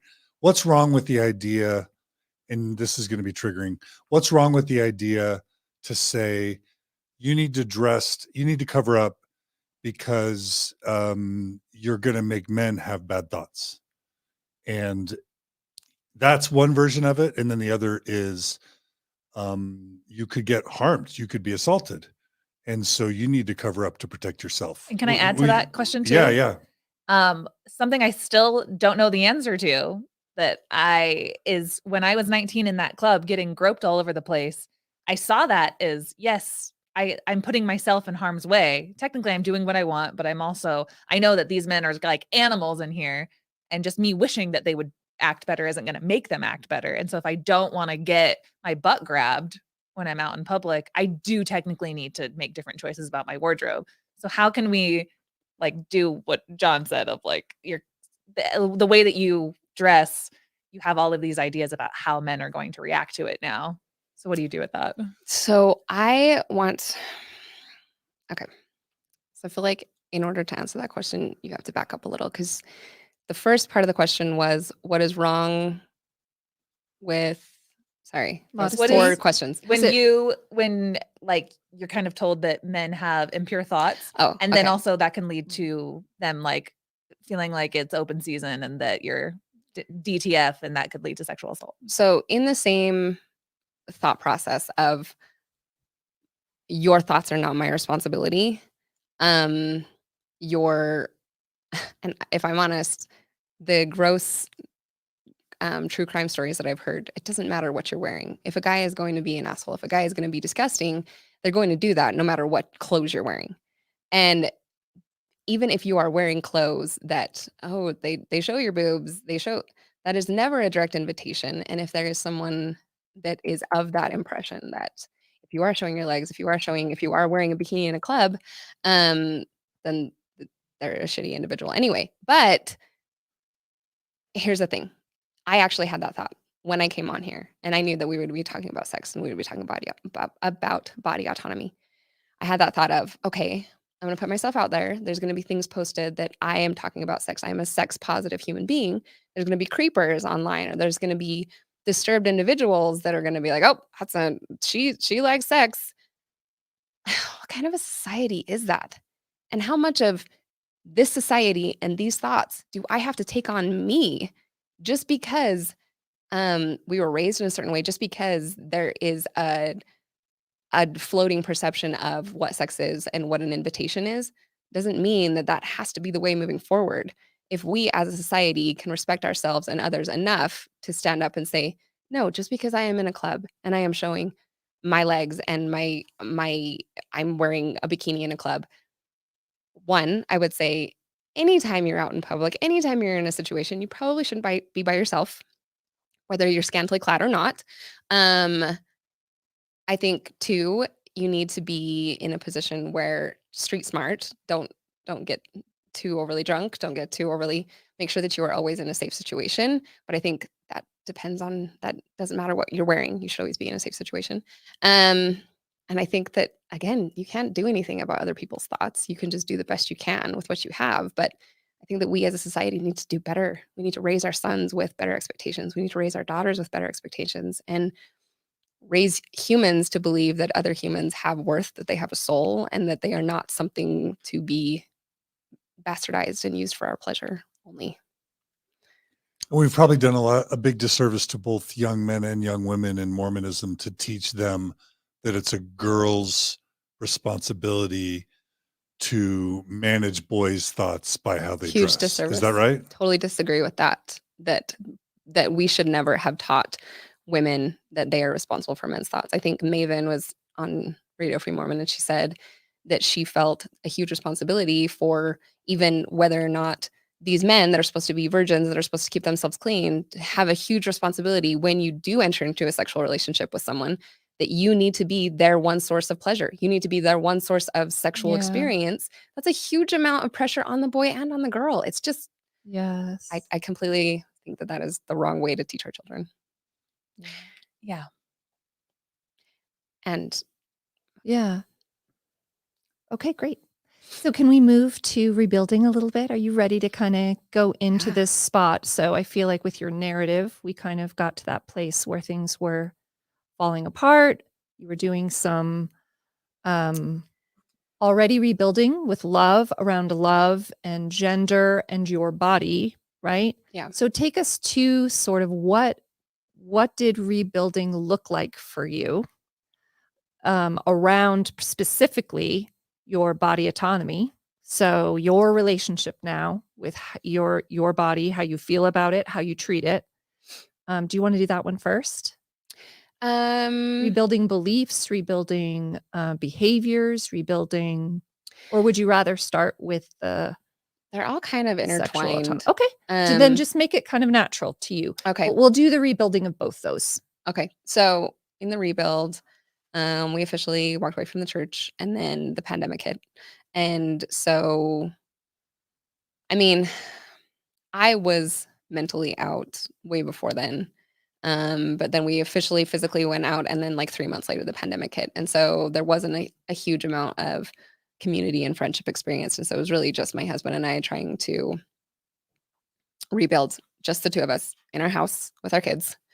And so that felt like a long process, but I honestly am kind of glad for that process. We did the experimentation with drinking here and there. I don't like this. I don't like that. We started drinking coffee. There was those sorts of things. I feel like my sexual experiences improved immensely when I stopped putting all of the pressure on me, when I stopped putting the judgment on me, and when we started talking through it together. But I just have to say, there is sexual experiences before cannabis and after cannabis. That is a very real conversation, especially for women with ADHD like me. So is that part of your kind of healing and rebuilding, or accessing pieces of yourself maybe that I would say that's a huge part of it, but it wasn't a part of it until I think the first time we used cannabis was like months ago, like 6 months ago. So before that, it was a lot of building of community, building of self, building of like finding friends, finding connections to other humans, just lots of conversation and deconstruction and reconstruction. And then we did, my husband actually hurt his back really bad, and he hadn't gotten any better. He got a card. And then I have always had knee issues. Anyways, it's all legal. We have cannabis cards. Anyway, for me, when I normally have a sexual experience, there's so much noise. There's so much, oh, did I send those emails? Oh crap, I need to write this down. I need to do this. like mental noise? Even though I am so in love with my husband, even though I want to be involved in the sexual act, it was very, very difficult for me to hone in and have a dedicated sexual experience just to my husband. So when we had used the cannabis, it was completely a transcendent experience for me, because I was able to experience all of the physical sensations and all of the wonderful things that were going on. But then I also had this and I have to be completely honest, I have never seen pornography except for our amateur stuff that we make home. But when I had used cannabis and then we had sex, I was seeing like super pornographic images going on, and I was having the physical sensation, and I was having this like madly in love with him, and this is what I'm going to do next, and he's going to enjoy this, and I had this confidence, and everything else was able to shut down, and I was able to completely and fully embrace my sexuality and my femininity and completely define what sex was for both of us. And I mean, not for both of us, for us together. I wasn't defining what it was for him. And so I was talking to Natasha Helfer a couple months ago, and I was like, here's the thing. I want a totally scientific study about women and men that struggle with sex and then have this cannabis experience, and then what it's like after, because I do think it is a deeply healing and mind expanding experience to be able to and I just want to give a qualifier for the book, How to Change Your Mind by Michael Pollan. If you haven't read it yet, you absolutely must. If you are going to use anything in the realm of psilocybin or cannabis or anything, you absolutely have to read this book, because He goes into the historicity of substances, why they were made illegal, dangers, lack of dangers, and honestly, it all comes down to the government and what the government wanted to achieve with substances and how they failed in that, and then why it was banned. So please read that book and then refer back to this conversation. So I feel like cannabis was deeply healing for both of us from an anxiety standpoint, from a stress standpoint, from truly embracing our sexual relationship with one another standpoint. So big shout out for cannabis. Great. And I'm hearing you mentioned kind of videos that you make. Has that been an important part too of kind of rebuilding, or has it been more fun, or like how would you talk about I that am with rebuilding? 1,000% glad that you brought that up, because so there was always like, we would take pictures or take videos or whatever, like back in the day, but there was that version of me, and then there was the version of me after I did boudoir photography. Tell us what that is. So boudoir photography is God's gift to women and men. I just kidding. Not that I believe in a God anymore. So boudoir photography is basically whatever you make it. Me and my photographer like to work in that creative space. You take provocative, sexual, sensual pictures of yourself, sometimes with a partner. And the truth is, I went into this first experience wanting to do it for my husband, and like, this is something fun I'm going to do for you. I'm going to give it to you for Valentine's Day. And I did that. The first session I ever did was in January of 2020. And I remember throughout the course of the 2-hour session that my confidence went through the roof. She would show me the pictures after she took them. And I had the thought in my mind, oh my gosh, that doesn't look like me. And so then there's that huge paradox of, so what do I think I look like? Because if this photographer is taking pictures of me and she is taking the angles and the things that she sees in me, then what do I think I look like? And then I see all the pictures after, and my husband sees them, and I'm like, that doesn't look like me. And he's like, yeah, it does. That's you. And I'm like, I know, but it looks like someone in a magazine. It doesn't look like me. And so then to have that conversation and to say those things out loud, it sounds stupid and it sounds obvious. But then I had another boudoir session with her, and we did a few more. And I have to say, Lindy at Sugar Rush Boudoir is a goddess, because the whole time she's like, oh my God, I love your ass. You're the hot. Like, she is your number one fangirl. So the whole time you're like, yes, I am a supermodel. Look at this. But there's something about getting those pictures back and then realizing I am so hard on myself. I need to just stop. Yeah. No one cares about what I look like as much as I do. Everyone is worried about what their situation is. So stop looking at everyone else. Stop looking at everyone else for approval. Look at the person you are. Know, accept, and love everything that you are, and then move outward from there. But I think that that's the sex advice that I give to literally everyone is respect and love who you are as a person. Explore who you are as a person. And I definitely would say that it includes the realm of masturbation. Before you should ever have sex with a partner, you should be self-exploring. You should know what makes you feel safe, what makes you feel pleasurable, what makes you feel excited. And then from that point of loving and respecting yourself, honoring where you are, exploring yourself, then at that point, you can celebrate that sexuality with a partner or not.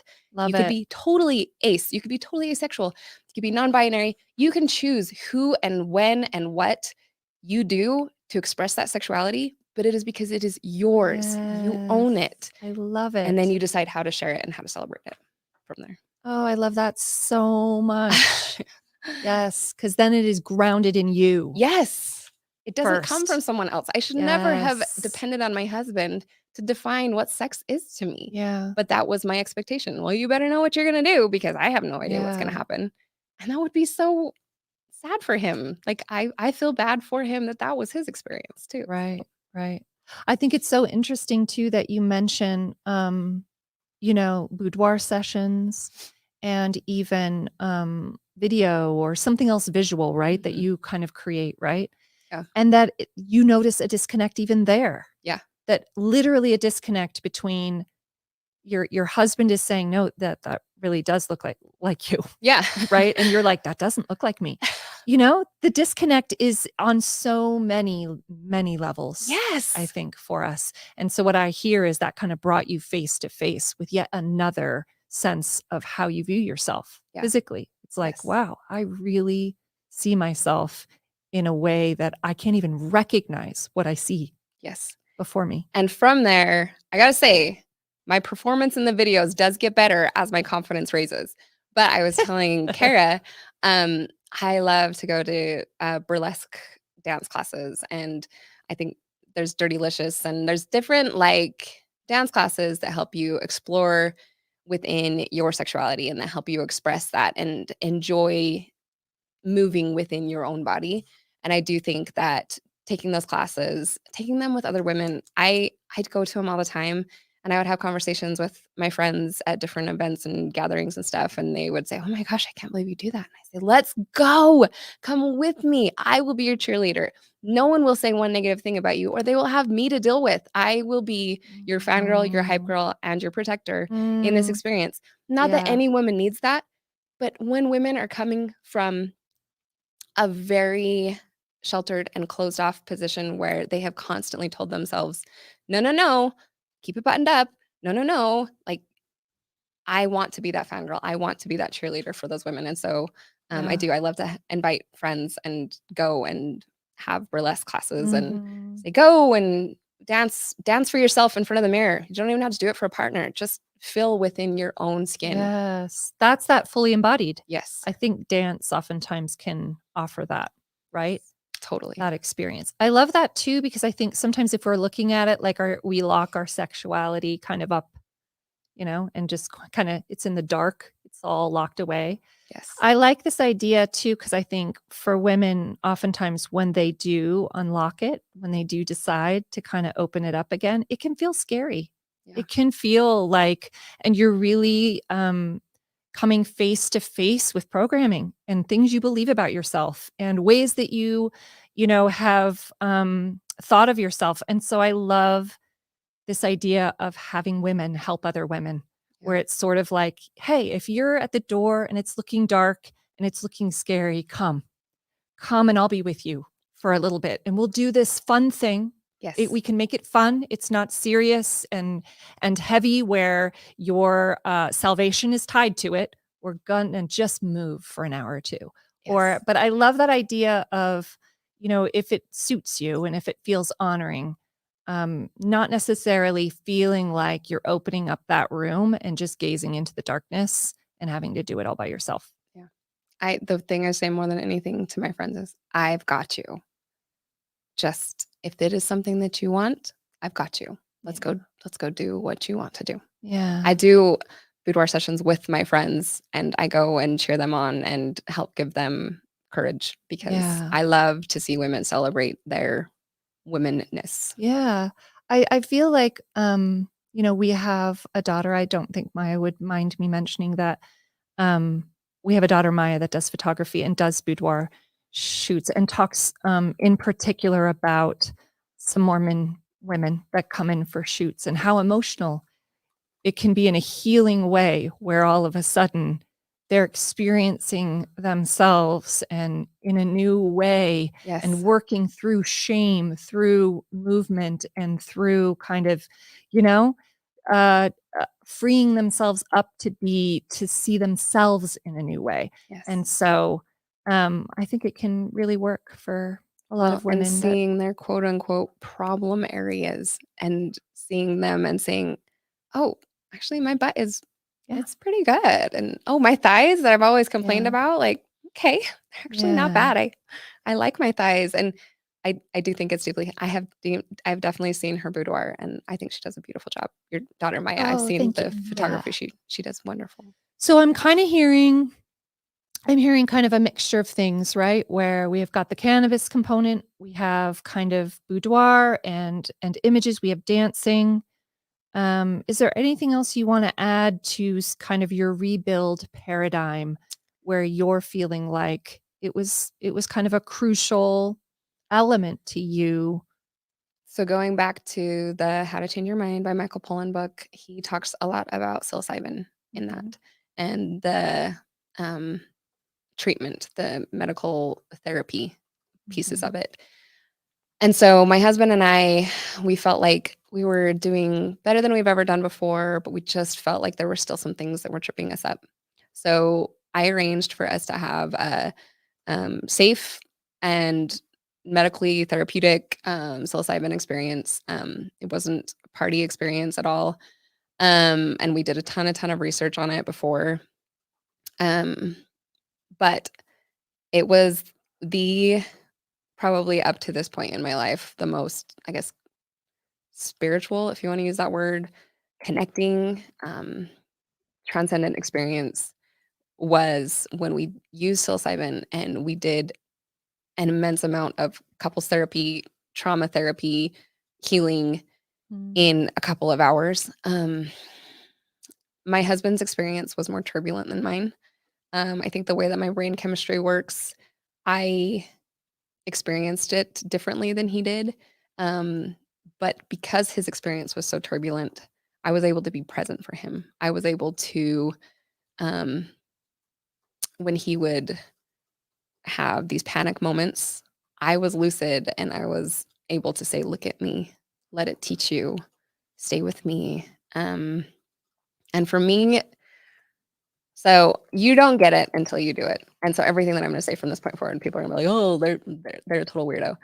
But I had this feeling that my body and my soul was more of a was a like a light that was enveloping the darkness that he was experiencing and the sadness and the emotions that he was going through. And he worked through a lot of things that day, and it was a very when I say couples therapy, he's like, I just came out of that realizing that you're my person, you're my safe place. You are, I don't have to be with you, but I want to be with you.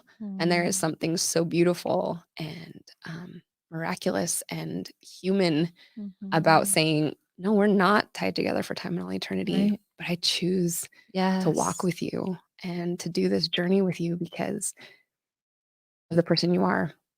And my takeaway was wherever we are, whatever we are, because I like something that I was still hung up on was sexuality. It's something that's just drilled into us since we're young. Like, oh, you can't be gay, you can't be. And I have friends that are gay and trans and non-binary, but there was still this like fear and this like apprehension that I had that surrounded that. But in my psilocybin experience, when I walked out of it, it was I looked at my husband and I literally said, I don't care if you're a man or a woman or a they. I love your soul and the being that you are. And when I die, I don't know if we go to the stars, if we just go back to stardust, if we start whatever we are, I just want to be near you. I want my star next to yours. I just want the presence and the soul in you near mine. And so in that moment, it was like all of these lived human experiences that I had heard about, seeing my dear friends love on each other, who are gay or lesbian or trans or non-binary. It's like we all want to be connected. We all want to have valid life, human experiences and walk through life hand in hand. It doesn't mean it has to be forever. It just means we all deserve to love and be loved. And it is completely insane that we feel like we need to police everyone else's gender and police everything that they're doing with other people when they are informed adults making these decisions. And I don't know, it was at that moment. And I believe that when you do like a psilocybin therapy session, you have this knowing. It's not like a belief that you leave and you're like, oh, okay, those things were revealed to me. And I feel like I believe this now. It's this knowing that you know coming out of that synaptic pathway within your brain knows that everyone wants to be loved. Everyone wants to belong. And I want to be able to experience that, but I also want to create that experience for other people. And I feel like that's what made me so gung-ho with yeah, let's get these burlesque classes together. Let's do these things within my community of people who have come from orthodox line of thinking. I want to be part of the cheerleaders. I want to be part of the people that help with the rebuilding. I want to be a helper. So, Love that. yeah. I love that. Yeah. How beautiful. There's again, I'm just going to represent a bit of the believing Mormon perspective. There's kind of the stereotype where, okay, you leave the church and you do drugs. You know what I mean?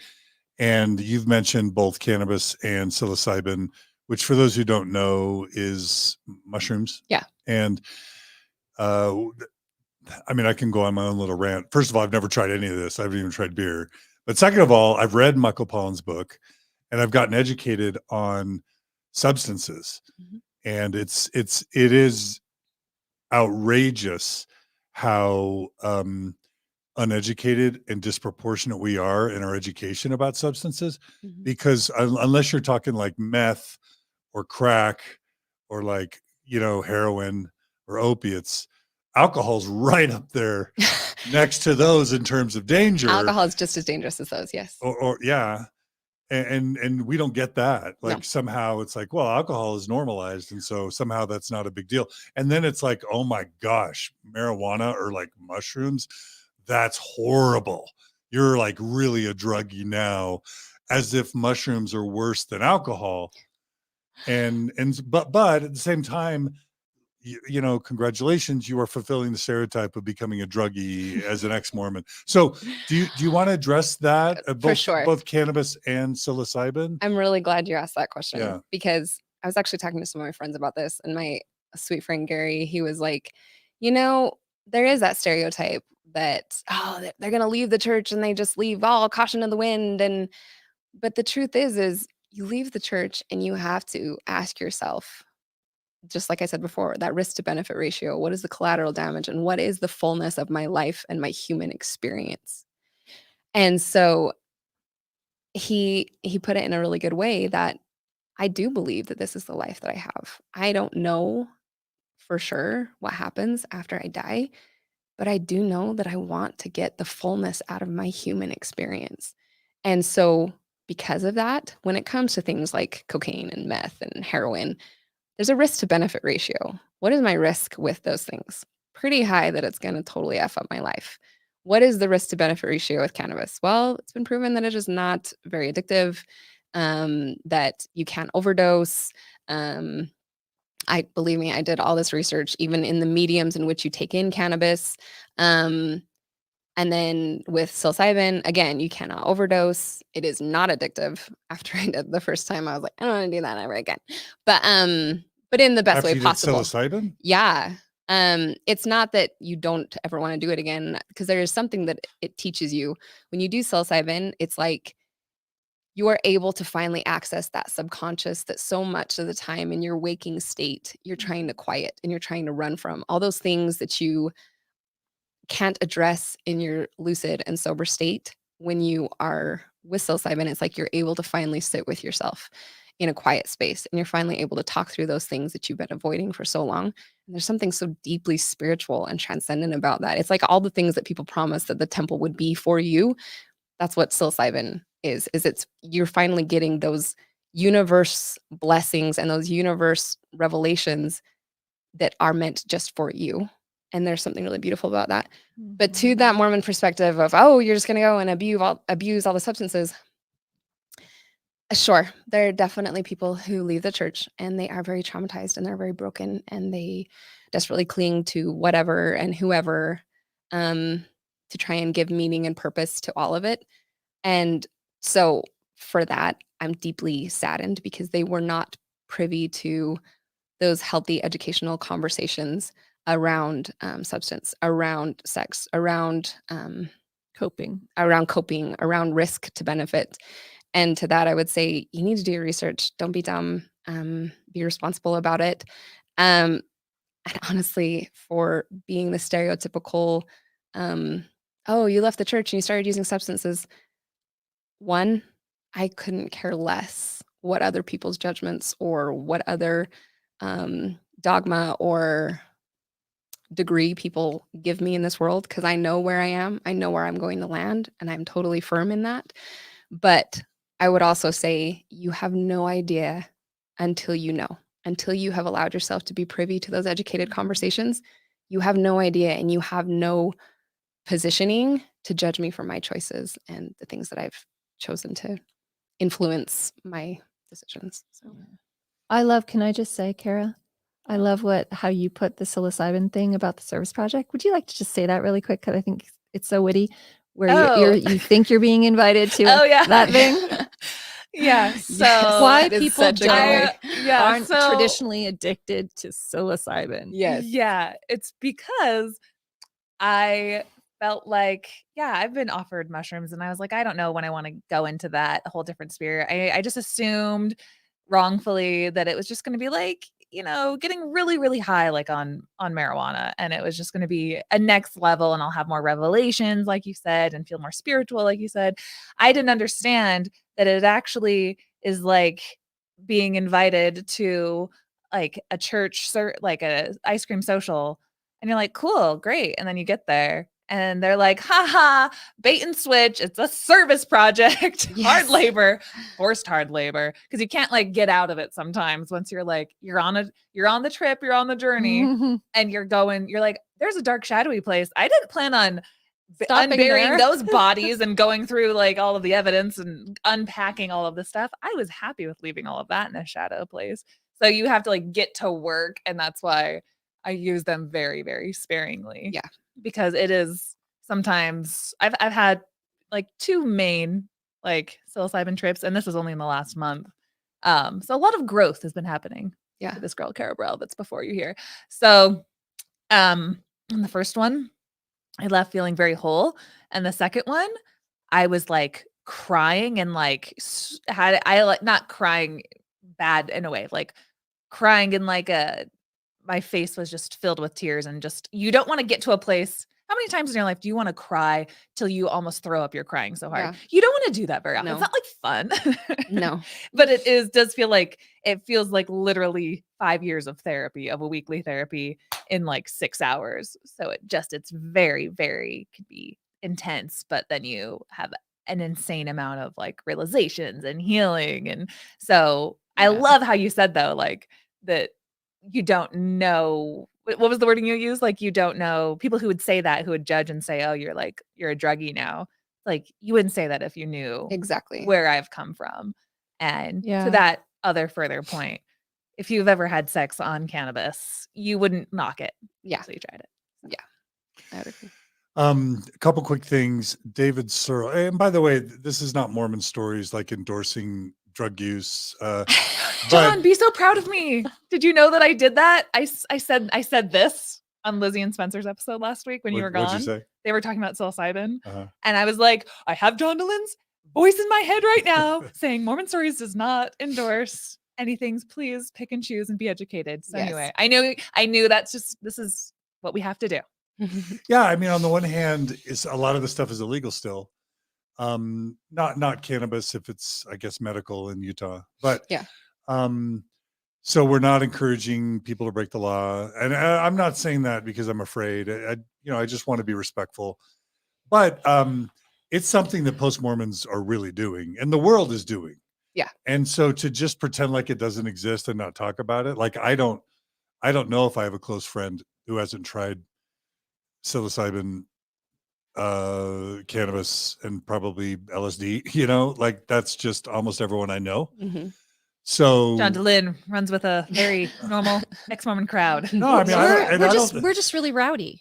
No. In our off hours. No, these are doctors and lawyers and dentists and professionals, and these are super. No, we're not rowdy. These are respectable people. I'll also just share a comment by David Searle, and this is the type of stuff that you would read in How to Change Your Mind. David Searle writes, mushrooms are currently in FDA-approved clinical trials for depression. They had originally been approved for trial in the late 60s, but the Nixon administration nixed that. Another really valuable movie that we watched is called Fantastic Fungi. Fantastic Fungi. on Netflix. if you want to educate Beautiful. yourself a little bit about psilocybin. And I'll just say Fantastic Fungi is not just about humans using. No. It's about actually like the beauty and wisdom of mushrooms and kind of how they work and what they do. It's a really beautifully made documentary. Yeah. And again, neither Margi nor I have tried any of this stuff. So Not that it matters. not that but- it matters. I will also say, just as one, and I've met hundreds and hundreds of close friends who have tried psilocybin. I've never met a single person that has regretted an experience. I've had some that say it was an awful experience, but like you said, awful in terms of growth. It's hard. It's like hard work. Yeah. Yeah. They're glad they did it, but it was a terrible experience at the time. Yeah. It might change your life. You might have to make literal shifts in your life afterwards that you didn't want to confront before, because you have to unpack some things that you were happy not growing. So growth sometimes equals a lot of discomfort after that. So yeah, you have to kind of be prepared and know that's part of it. But go Yeah. on. Totally. Yeah. And then I've also had a lot of friends say that that psilocybin particularly was formative in helping them heal from trauma Yeah. Mhm. or Yep. even anxiety or depression. Yes. So that's all anecdotal. None of that is scientific. One other thing I'll say, when we first brought up cannabis, we had several viewers and listeners say that they have gotten to the place of overuse of cannabis where it has become unhealthy for them, and they're having to find out a way to kind of dial that back. Join the club. So yes, okay. Thank you, Cher. That was vulnerable of you. So to say it's not addictive, for some, cannabis use can become Yeah. problematic, I Yeah. guess. I think that hear that's you. literally- psychologically addictive. And I think that's literally with anything. You can Mhm. become addicted to alcohol. You could become addicted to the effects Or of cannabis. sugar. They say people can become addicted to the effects of cannabis, of being aloof or Right. being distant from their life or whatever. You could be addicted to sugar. You could be addicted to exercising. You could be That's addicted right. to suicidal ideation. So I think that with anything you do, I mean, Probably like I said, m- don't be dumb. and probably most of us have an addiction or two. Totally. And some are more socially acceptable in our Yeah. in our society, but I have yet to meet someone who doesn't have some way of coping that at any given moment is probably not the healthiest. I've totally Yeah. discussed that with people that anorexia is not socially acceptable eating disorder. Bulimia, not a socially acceptable eating disorder. But watch everything you eat. Make sure to count your calories. Make sure Macros. to exercise. Orthorexia though, all over. Yeah. I mean, and that is socially acceptable to be that girl who's like, okay, I'm exercising like I am literally obsessing every minute of every day about my body, but it's just in a way that everyone's okay with. So I mean, I think that's a bigger conversation altogether. Yeah, I just hear you saying like we have coping. People have coping. We have trauma. We all There's socially acceptable ways. There's non-socially acceptable ways. There's our Mormon brain reading into situations, making us more hyper aware to drugs, but not as hyper aware to other things that could be just as detrimental to our growth. totally. And that ironically exists. enough, Yeah. psilocybin is a great way to unpack the reasons why I feel like Why we do that things. might be. Exactly. Why Exactly. that might be. Because you're finally able to be honest with yourself, and that's why it's hard. That's why it's hard Yeah. work. Because you're Yeah. very deeply honest, and there is hard truths that you have to wend your way through, and it can be hard. It reminds me of what you were saying, how oftentimes we don't know what we don't know. And it sounds like to me that psilocybin helps you know a little bit more of what you don't you may not be fully consciously connecting to that maybe you should. Yeah. Do you know what I mean? Time. Definitely. 100%. So if we were going to kind of go back to rebuilding, were there some harder things about rebuilding that you would want to mention that you feel like, and that could be in the realm of body autonomy, or it could be in the realm of kind of redefining your own sexuality? I and- would say for women, it can be very difficult to put on tank tops. It can be very difficult to release yourself from those expectations and from playing the part that you have been groomed to play. It can be very mental gymnastics. It can be a lot. And so I would definitely acknowledge that is hard. I would also acknowledge that from a sexual standpoint, just because what I define as sex and this is what makes me happy does not mean that needs to be anyone else's definition.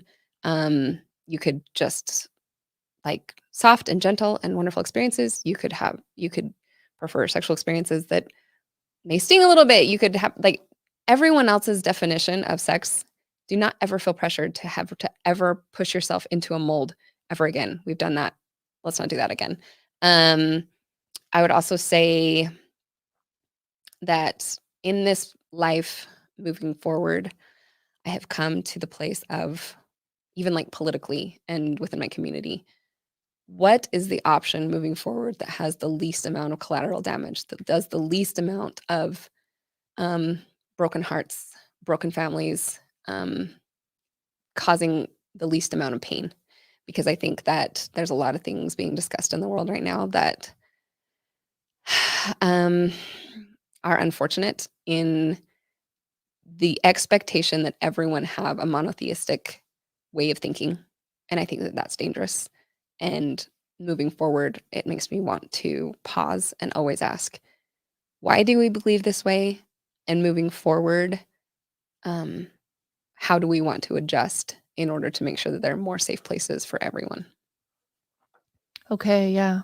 So I kind of hear that taking that first step to wearing the tank top, or to kind of, that was something you kind of felt was a bit of a, and then also what I'm kind of hearing is rigidity, the rigidity of our own thinking oftentimes, or our beliefs can be sticky. Yeah. And kind of learning to sort of over time let go and be curious. And was there anything else that sticks out in your mind as being particularly hard about rebuilding for you? I think that death was scary. I think that death was something that always was scary from a very young age. And I really liked Bronnie Ware is a palliative care nurse, and she's walked thousands of people to their deathbeds. And she has these 5 regrets of dying. They always say, I wish I had the courage to live life true to myself instead of the one others expected of me. I wish I hadn't worked so hard. I wish I had the courage to express my feelings.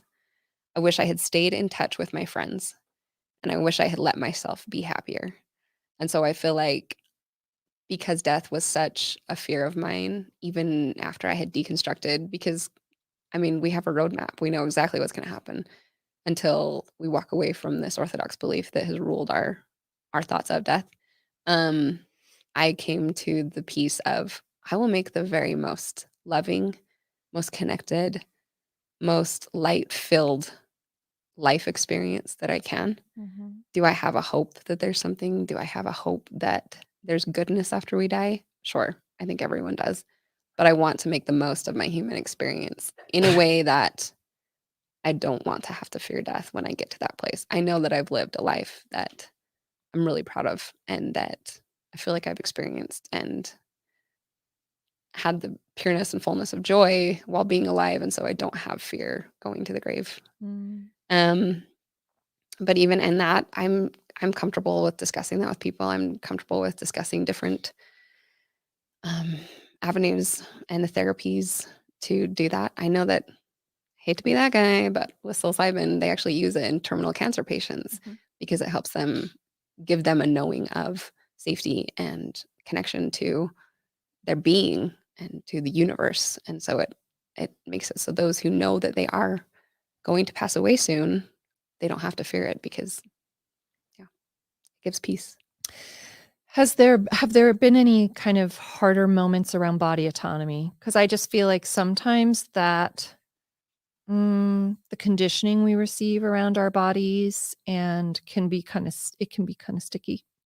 Have you noticed as you've tried to now, I'm making an assumption, but like become less self-aggressive, treat yourself a little bit better with the body you have and how you value yourself as a whole? Were there any particular kind of things that kept coming up or were particularly sticky for you in that area? Or has it all sort of, do you feel like it's all been a blended experience where they've been fed, you know what I mean? It was kind of, what would I say, symbiotic? Like as you became more sexually connected, that also fed into the body autonomy to make you feel this sense of like feeling powerful and worthy as you are? Like, how would you describe your particular areas with regard to if there was anything? I would say that there is an interconnectedness and a symbiotic relationship between sexuality and body autonomy and gender identity. I feel like when I finally decided to embrace exactly who I am and where I land on this spectrum of femininity versus masculinity, and then when I got to the point where I don't know why we're labeling those things because we're just people. When I got to the point where I wanted to be a safe place and a cheerleader for everyone in becoming exactly who they want to be and who they are. I think that I did struggle and I do struggle. And I think it's normal to struggle. And that's why I do post about that a lot on my social media accounts about that relationship we have with our body. Because even being wildly overconfident with my body, I still do have days where I feel bad about myself, where I feel like, oh, I feel like crap, I shouldn't have eaten that. Or, but then I see all of these women, all of these men, all of these different shapes of bodies, and all the shapes, everyone has so much beauty and elegance in the shapes of their bodies. And so then I have to go back to that place where when I post stuff, it's because I have to remind myself of those things. It's not because I think I'm super smart. It's because I know I'm not. And I'm like, oh, I'm so glad that I had this realization. I want to share this so other people realize this with me, because I still do. I have times where I don't feel super confident in my own skin. And I think that's just something that's going to be part of life. I think that having an eating disorder, it is in a way an addiction. I know that Glennon Doyle talks about it in her book and on her podcast, where if you are someone who has that affinity for an eating disorder, it's something that you're always going to struggle with. It's also something that I have to give myself grace with, that in the forward direction, my story is something that someone else can glean comfort, someone else can glean strength from. And so it's important for me to completely be transparent in my struggle as well as my victories. And so, yeah, I don't think that an eating disorder is something that you overcome. It's a lot like this quote I heard the other day, that authenticity isn't a destination, it's an orientation. Yes. It's just where you are oriented in space and when you are being authentically exactly who you are. Yeah. So Beautiful. Yeah, I love that. How about victories along the way with rebuilding? Are there any moments that stand out to you as just you really felt a sense of joy or a sense of, like victory for me? definite victories would be discussing baptism with my children. I have one child that has passed the baptism age, one child that is coming up upon it, and they do have peers that are being baptized. And so we do have all of these conversations we're having with our children. We need them to know that they are loved and that they are safe, but we also need them to know why we made the decisions we made, especially when their peers are being baptized. So when I talked to my daughter about it, when she said, "So am I supposed to be baptized?" I said, "No one has to be baptized. When you choose to be baptized in the Mormon religion, it is a decision that should only be yours." And so mom and dad made this decision so it could be something that you decide on your own. If this is something and a church that you ultimately decide to align your belief systems with, we'll support you and we'll love you in that. However, we want you to have full informed consent. We want you to have all of the information before you do that. So, for example, what do you want to be when you grow up? I want to be a singer. I want to be a famous singer. I want to just sing my heart out. And I want to be a doctor and a ninja. Okay. So what if I said you can only pick one of those things today? That's the only thing you can be for the rest of your life. And you have to pay into your education for it. And it needs to be the only thing that you commit to for the rest of your life in your 8-year-old mind. Are you okay with that commitment for the rest of forever? Well, no, because I don't know that I want what if I don't like being a doctor? What if I don't like, but you have to make that decision today. I don't like that. Okay. And so that's why we want you to be able to be 18 That's why we want you to have all of the information, why we want you to have life experiences, to know that that is ultimately what you want for your life. Do you have to ever be baptized? No. Can you be a good person? Can you have a full and beautiful and truthful life without it? Yeah. Absolutely. Yeah. But we want to make sure that you are fully supported and informed before having to make Yeah. that decision. Another big victory, I would say, is honestly just when we're with our friends, when we're dancing and we're laughing and we're talking and we're having deeply meaningful conversation. It makes me emotional. It makes me so grateful that even though we made really, really hard decisions, we made very life impacting decisions. I'm so glad we made the decisions we made, because Mhm. I'm more happy than I could have ever expected life to provide Mhm. in the way of happiness. And then back to my family last night, doing family movie night, all of our legs tangled up together and snuggling and having real conversations after the movie was over. And the life experience that I have now is just a huge victory, even with my children and with the openness that they feel. I think we watched like Turning Red or something last night, and Why is that people are making a big deal about that? people are making a big deal about that because the girl in the movie it's like a coming of age film, and it's talking about the panda is a beast within her. And the mother's saying, okay, well, on the full moon, we'll make it so you never have to have this panda emerge again. You can completely hide it within yourself and no one ever will see it again. So there's definitely a lot of parallels that you can think of for teenage angst and LGBTQ and even just the dark sides of ourselves that we don't want to have to see or express or deal with. And there is a discussion in the movie about perfection, about how the daughter has a hard time connecting with her mother because her mother expects her to be perfect. And so the movie ended and my daughter was like, gosh, that was my favorite movie I've ever seen. And so I had this like little pain in my heart, like, that's your favorite movie you've ever seen because you felt seen, because you feel like I need you to be perfect. And so I Mm. went and chatted with her and I said, hey, do you think that I need you to be perfect all the time? She's like, oh, no. I just think that you want me to be a good person and do a good job. And I said, well, the fact that you hesitated makes me think that sometimes you do feel that. And I need you to know that there is nothing that you can do or say in this life that can keep my love from you. And that I am proud of you and that I love you, but that I'll never expect you to be perfect. I make mistakes. You see me make mistakes. You will make mistakes, but I will be there to catch you. And I hope that when I make mistakes, you'll be there to catch me too, because I've got your back and you've got mine. But to be able to have that conversation with my daughter, owning the fact that we're imperfect people, but also owning the fact that we want to be there for each other is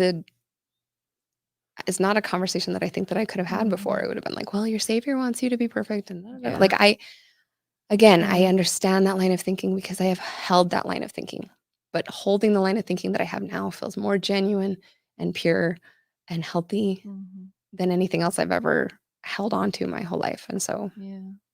that's a victory. Yeah, I really feel from you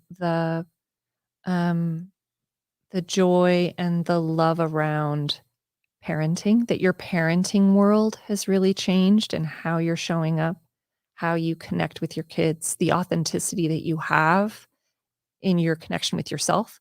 Now you get to actually bring that outward to them. And then I also hear community. A bit of a community piece has brought you a lot of kind of joy and a sense of belonging. And are there any victories around your relationship with your body and your relationship with that you wanted to highlight as part of the rebuilding just before we move on? I honestly have to say, I have a big butt. And it's a running joke in my family that mom has a big butt. And my youngest the other day was like, because I'm your daughter, does that mean that I'm going to have a huge butt when I'm big? And you said, if you're lucky. And I honestly had no offense taken. My little brother could have just completely ended my day when he would say that I was this or I was that, or he would take jabs at my body. But honestly, I don't take it as personal anymore. I honestly feel like I view bodies as a vessel Yeah. that we are in. Yeah. And I don't get me wrong. I love to lift. I love to work out. I love to go hang out with my buddies at the gym. I love to just put music in and drown out the world and just exist within my own body and do the hard work. I enjoy that. That's a big part of me being alive. But I also feel like when my kids say that, or when my husband slaps my butt, or it's one of these things where I'm very, very comfortable within my own body.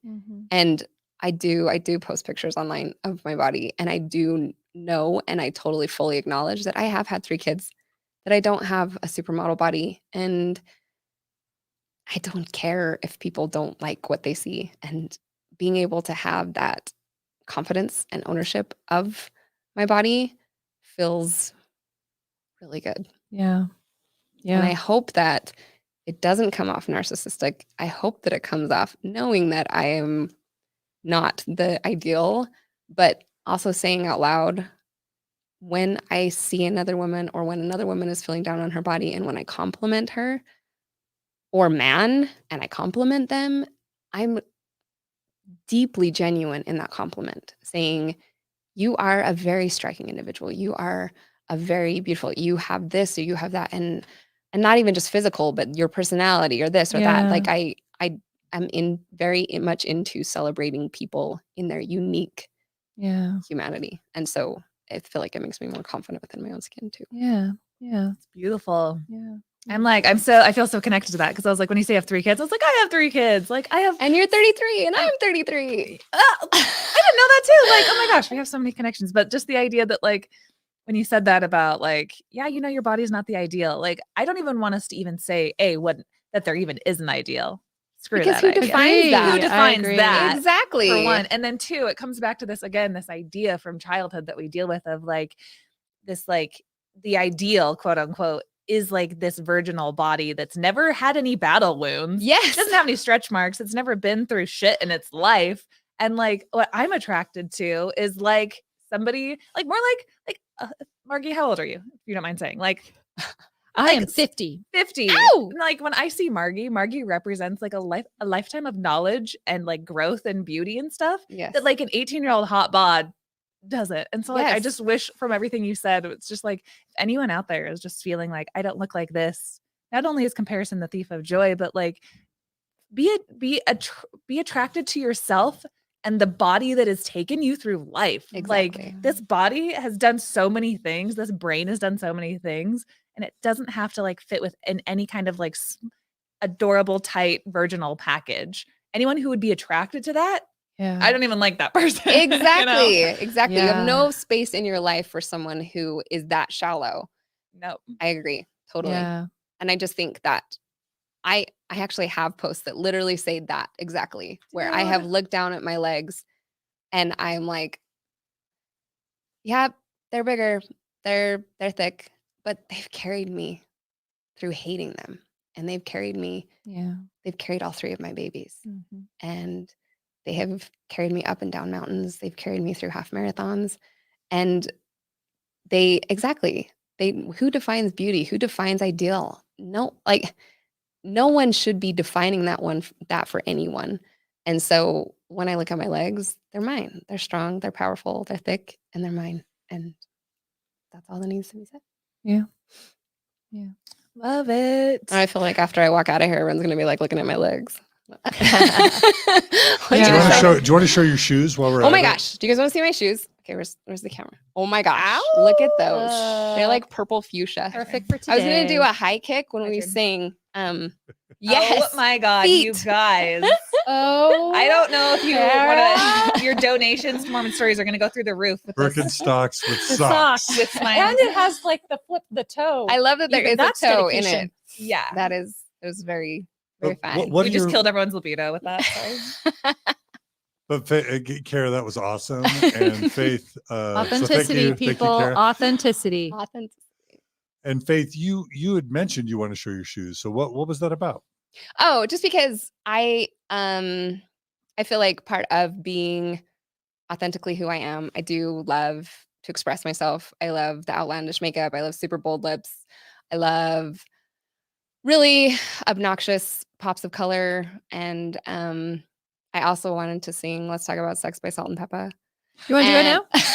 Infuse? I love to be the most in every moment. I love Yeah. in this life, we should be able to express. More is more. Yes. Yeah.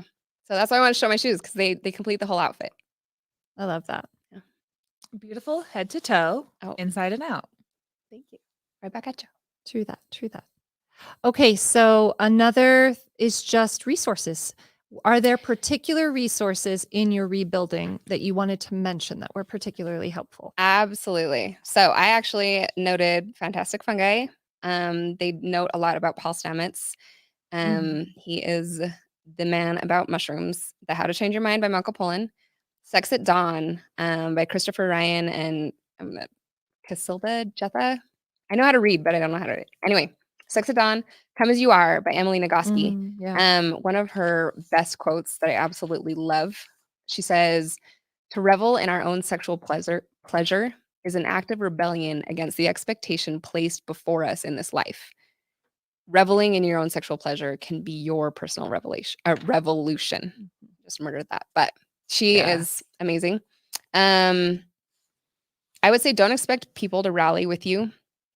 When I do make posts about post-Mormonism or about things that are happening in the world, I will get private messages almost every single time from a believing or an Orthodox friend who is not in a position where they can like or they can comment on my post, because that would show an alliance with me. But they say, "Thank you so much for sharing this. I needed this. This is deeply meaningful to me. I'm so sorry I'm not commenting on it, but I appreciate you doing this." And that's why I do it, not to ruffle feathers, but because I want to be that lighthouse for people who do feel alone. So I'd say don't expect people to rally with you, especially in the situation that we're in. That most likely won't happen. I think wherever you feel validated is beautiful. And so I always tell my kids bedtime stories. I tell them about the legend of the sun chasers. So whoever you are, whatever you are, seek light, seek goodness, and seek ways to create and build others up. And then, yeah, I would say another resource is if you have a partner or a friend that you feel very close to, I would include them in discussions early on and have total transparency about where you're at. I think that that's a mistake that I feel like my husband and I made with our friends and family, is not including them in discussions earlier on, because I feel like they felt blindsided when we discussed where we were at. And so I guess that's not really a resource, but more of a tip in it all. So Great. Yeah.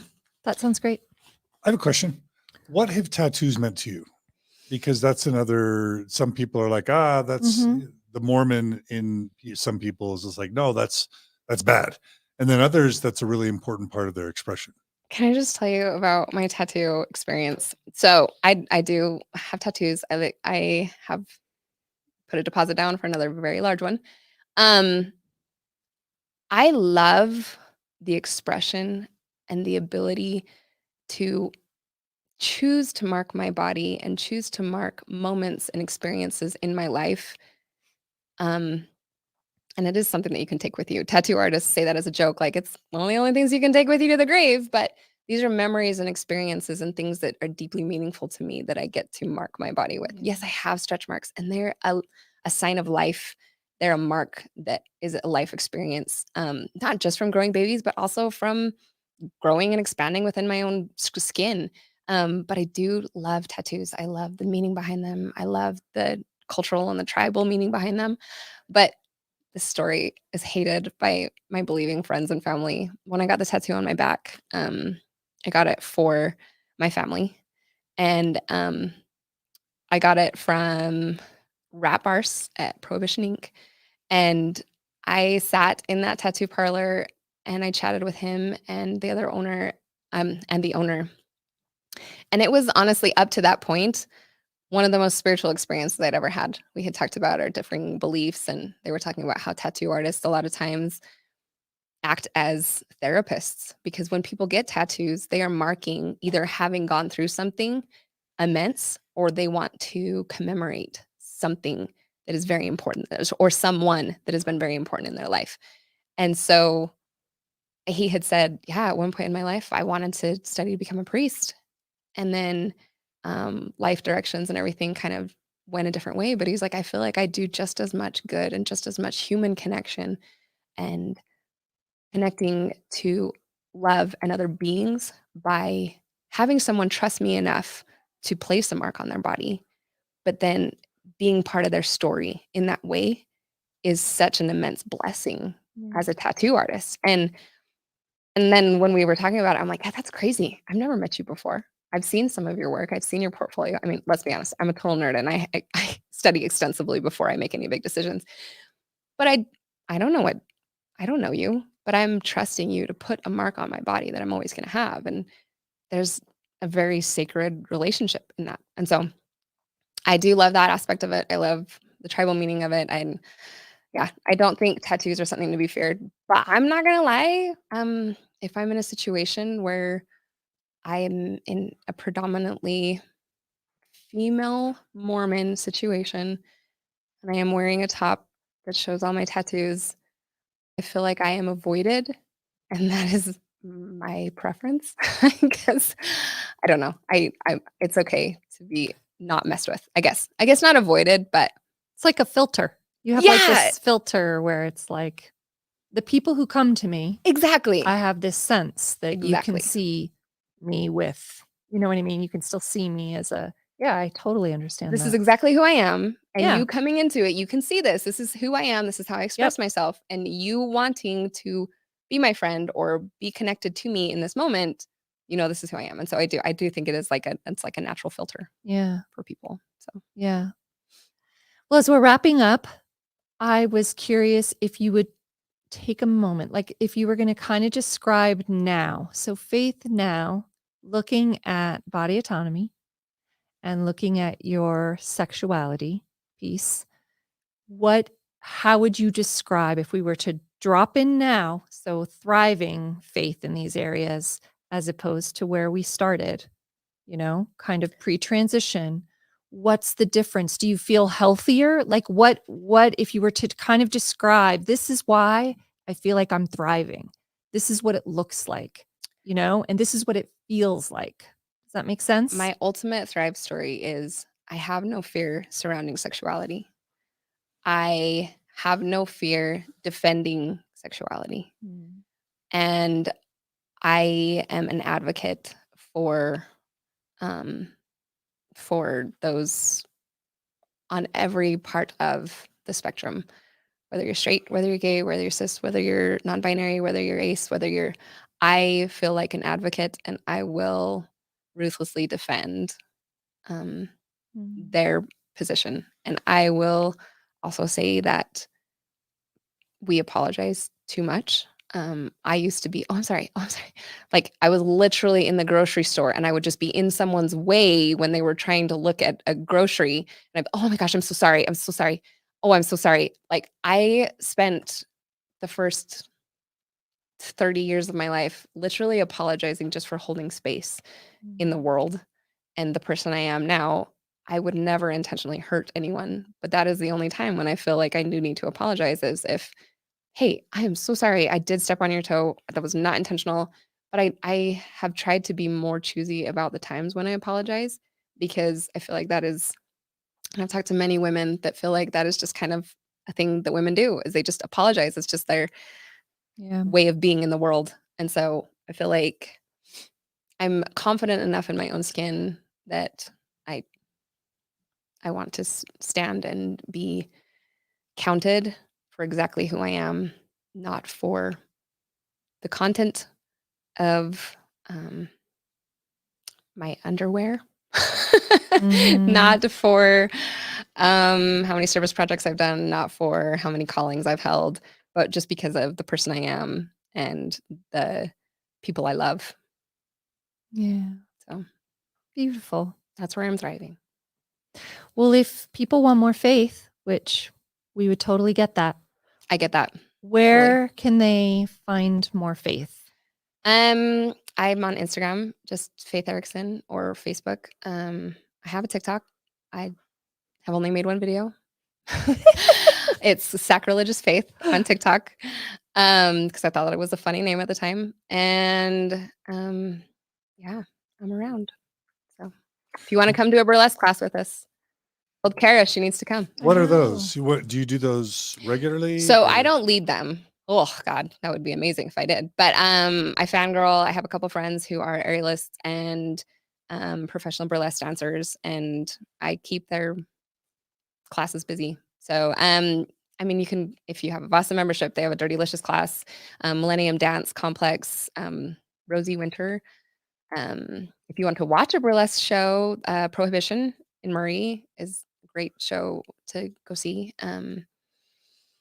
I know that there is also, I want to try some professional pole classes, but they take a lot of upper body strength. I know there's a couple aerialist classes around. So just, if you need a class, I will find one for you. DM me and I will get you on one. Hmm. And we will all link arms and skip into the building. It will be so good. You got to wear something sexy, something comfortable. Again, not sexy to other people, sexy to you. To you. So if that means sweatpants and a t-shirt, that is going to be exactly what your sex defines, and that is how you feel good. So wear whatever you feel confident in, and just have a lot of fun. Yeah. Beautiful.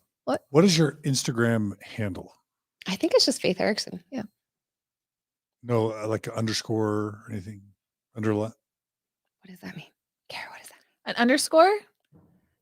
You know, that little thing that like separates it, but Well, it's I know, a lower but line. is it Faith underscore Erickson? Do you want me to go look I it thought up? it was just Faith Erickson. Okay. Okay, we'll Should look I on know these that. We'll look it up. We'll look it up.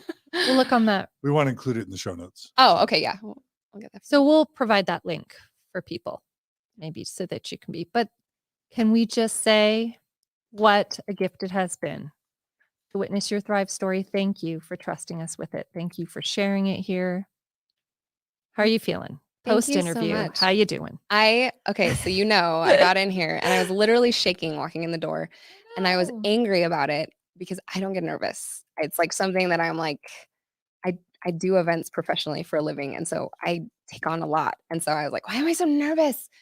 But I think I was so nervous because it's something that's so deeply meaningful, because you are someone that I deeply love and respect, and that you would ask me to come on was, I wanted to do it justice. And so I hope that in that, I hope that my Thrive story has done justice and brought something good to other people's lives.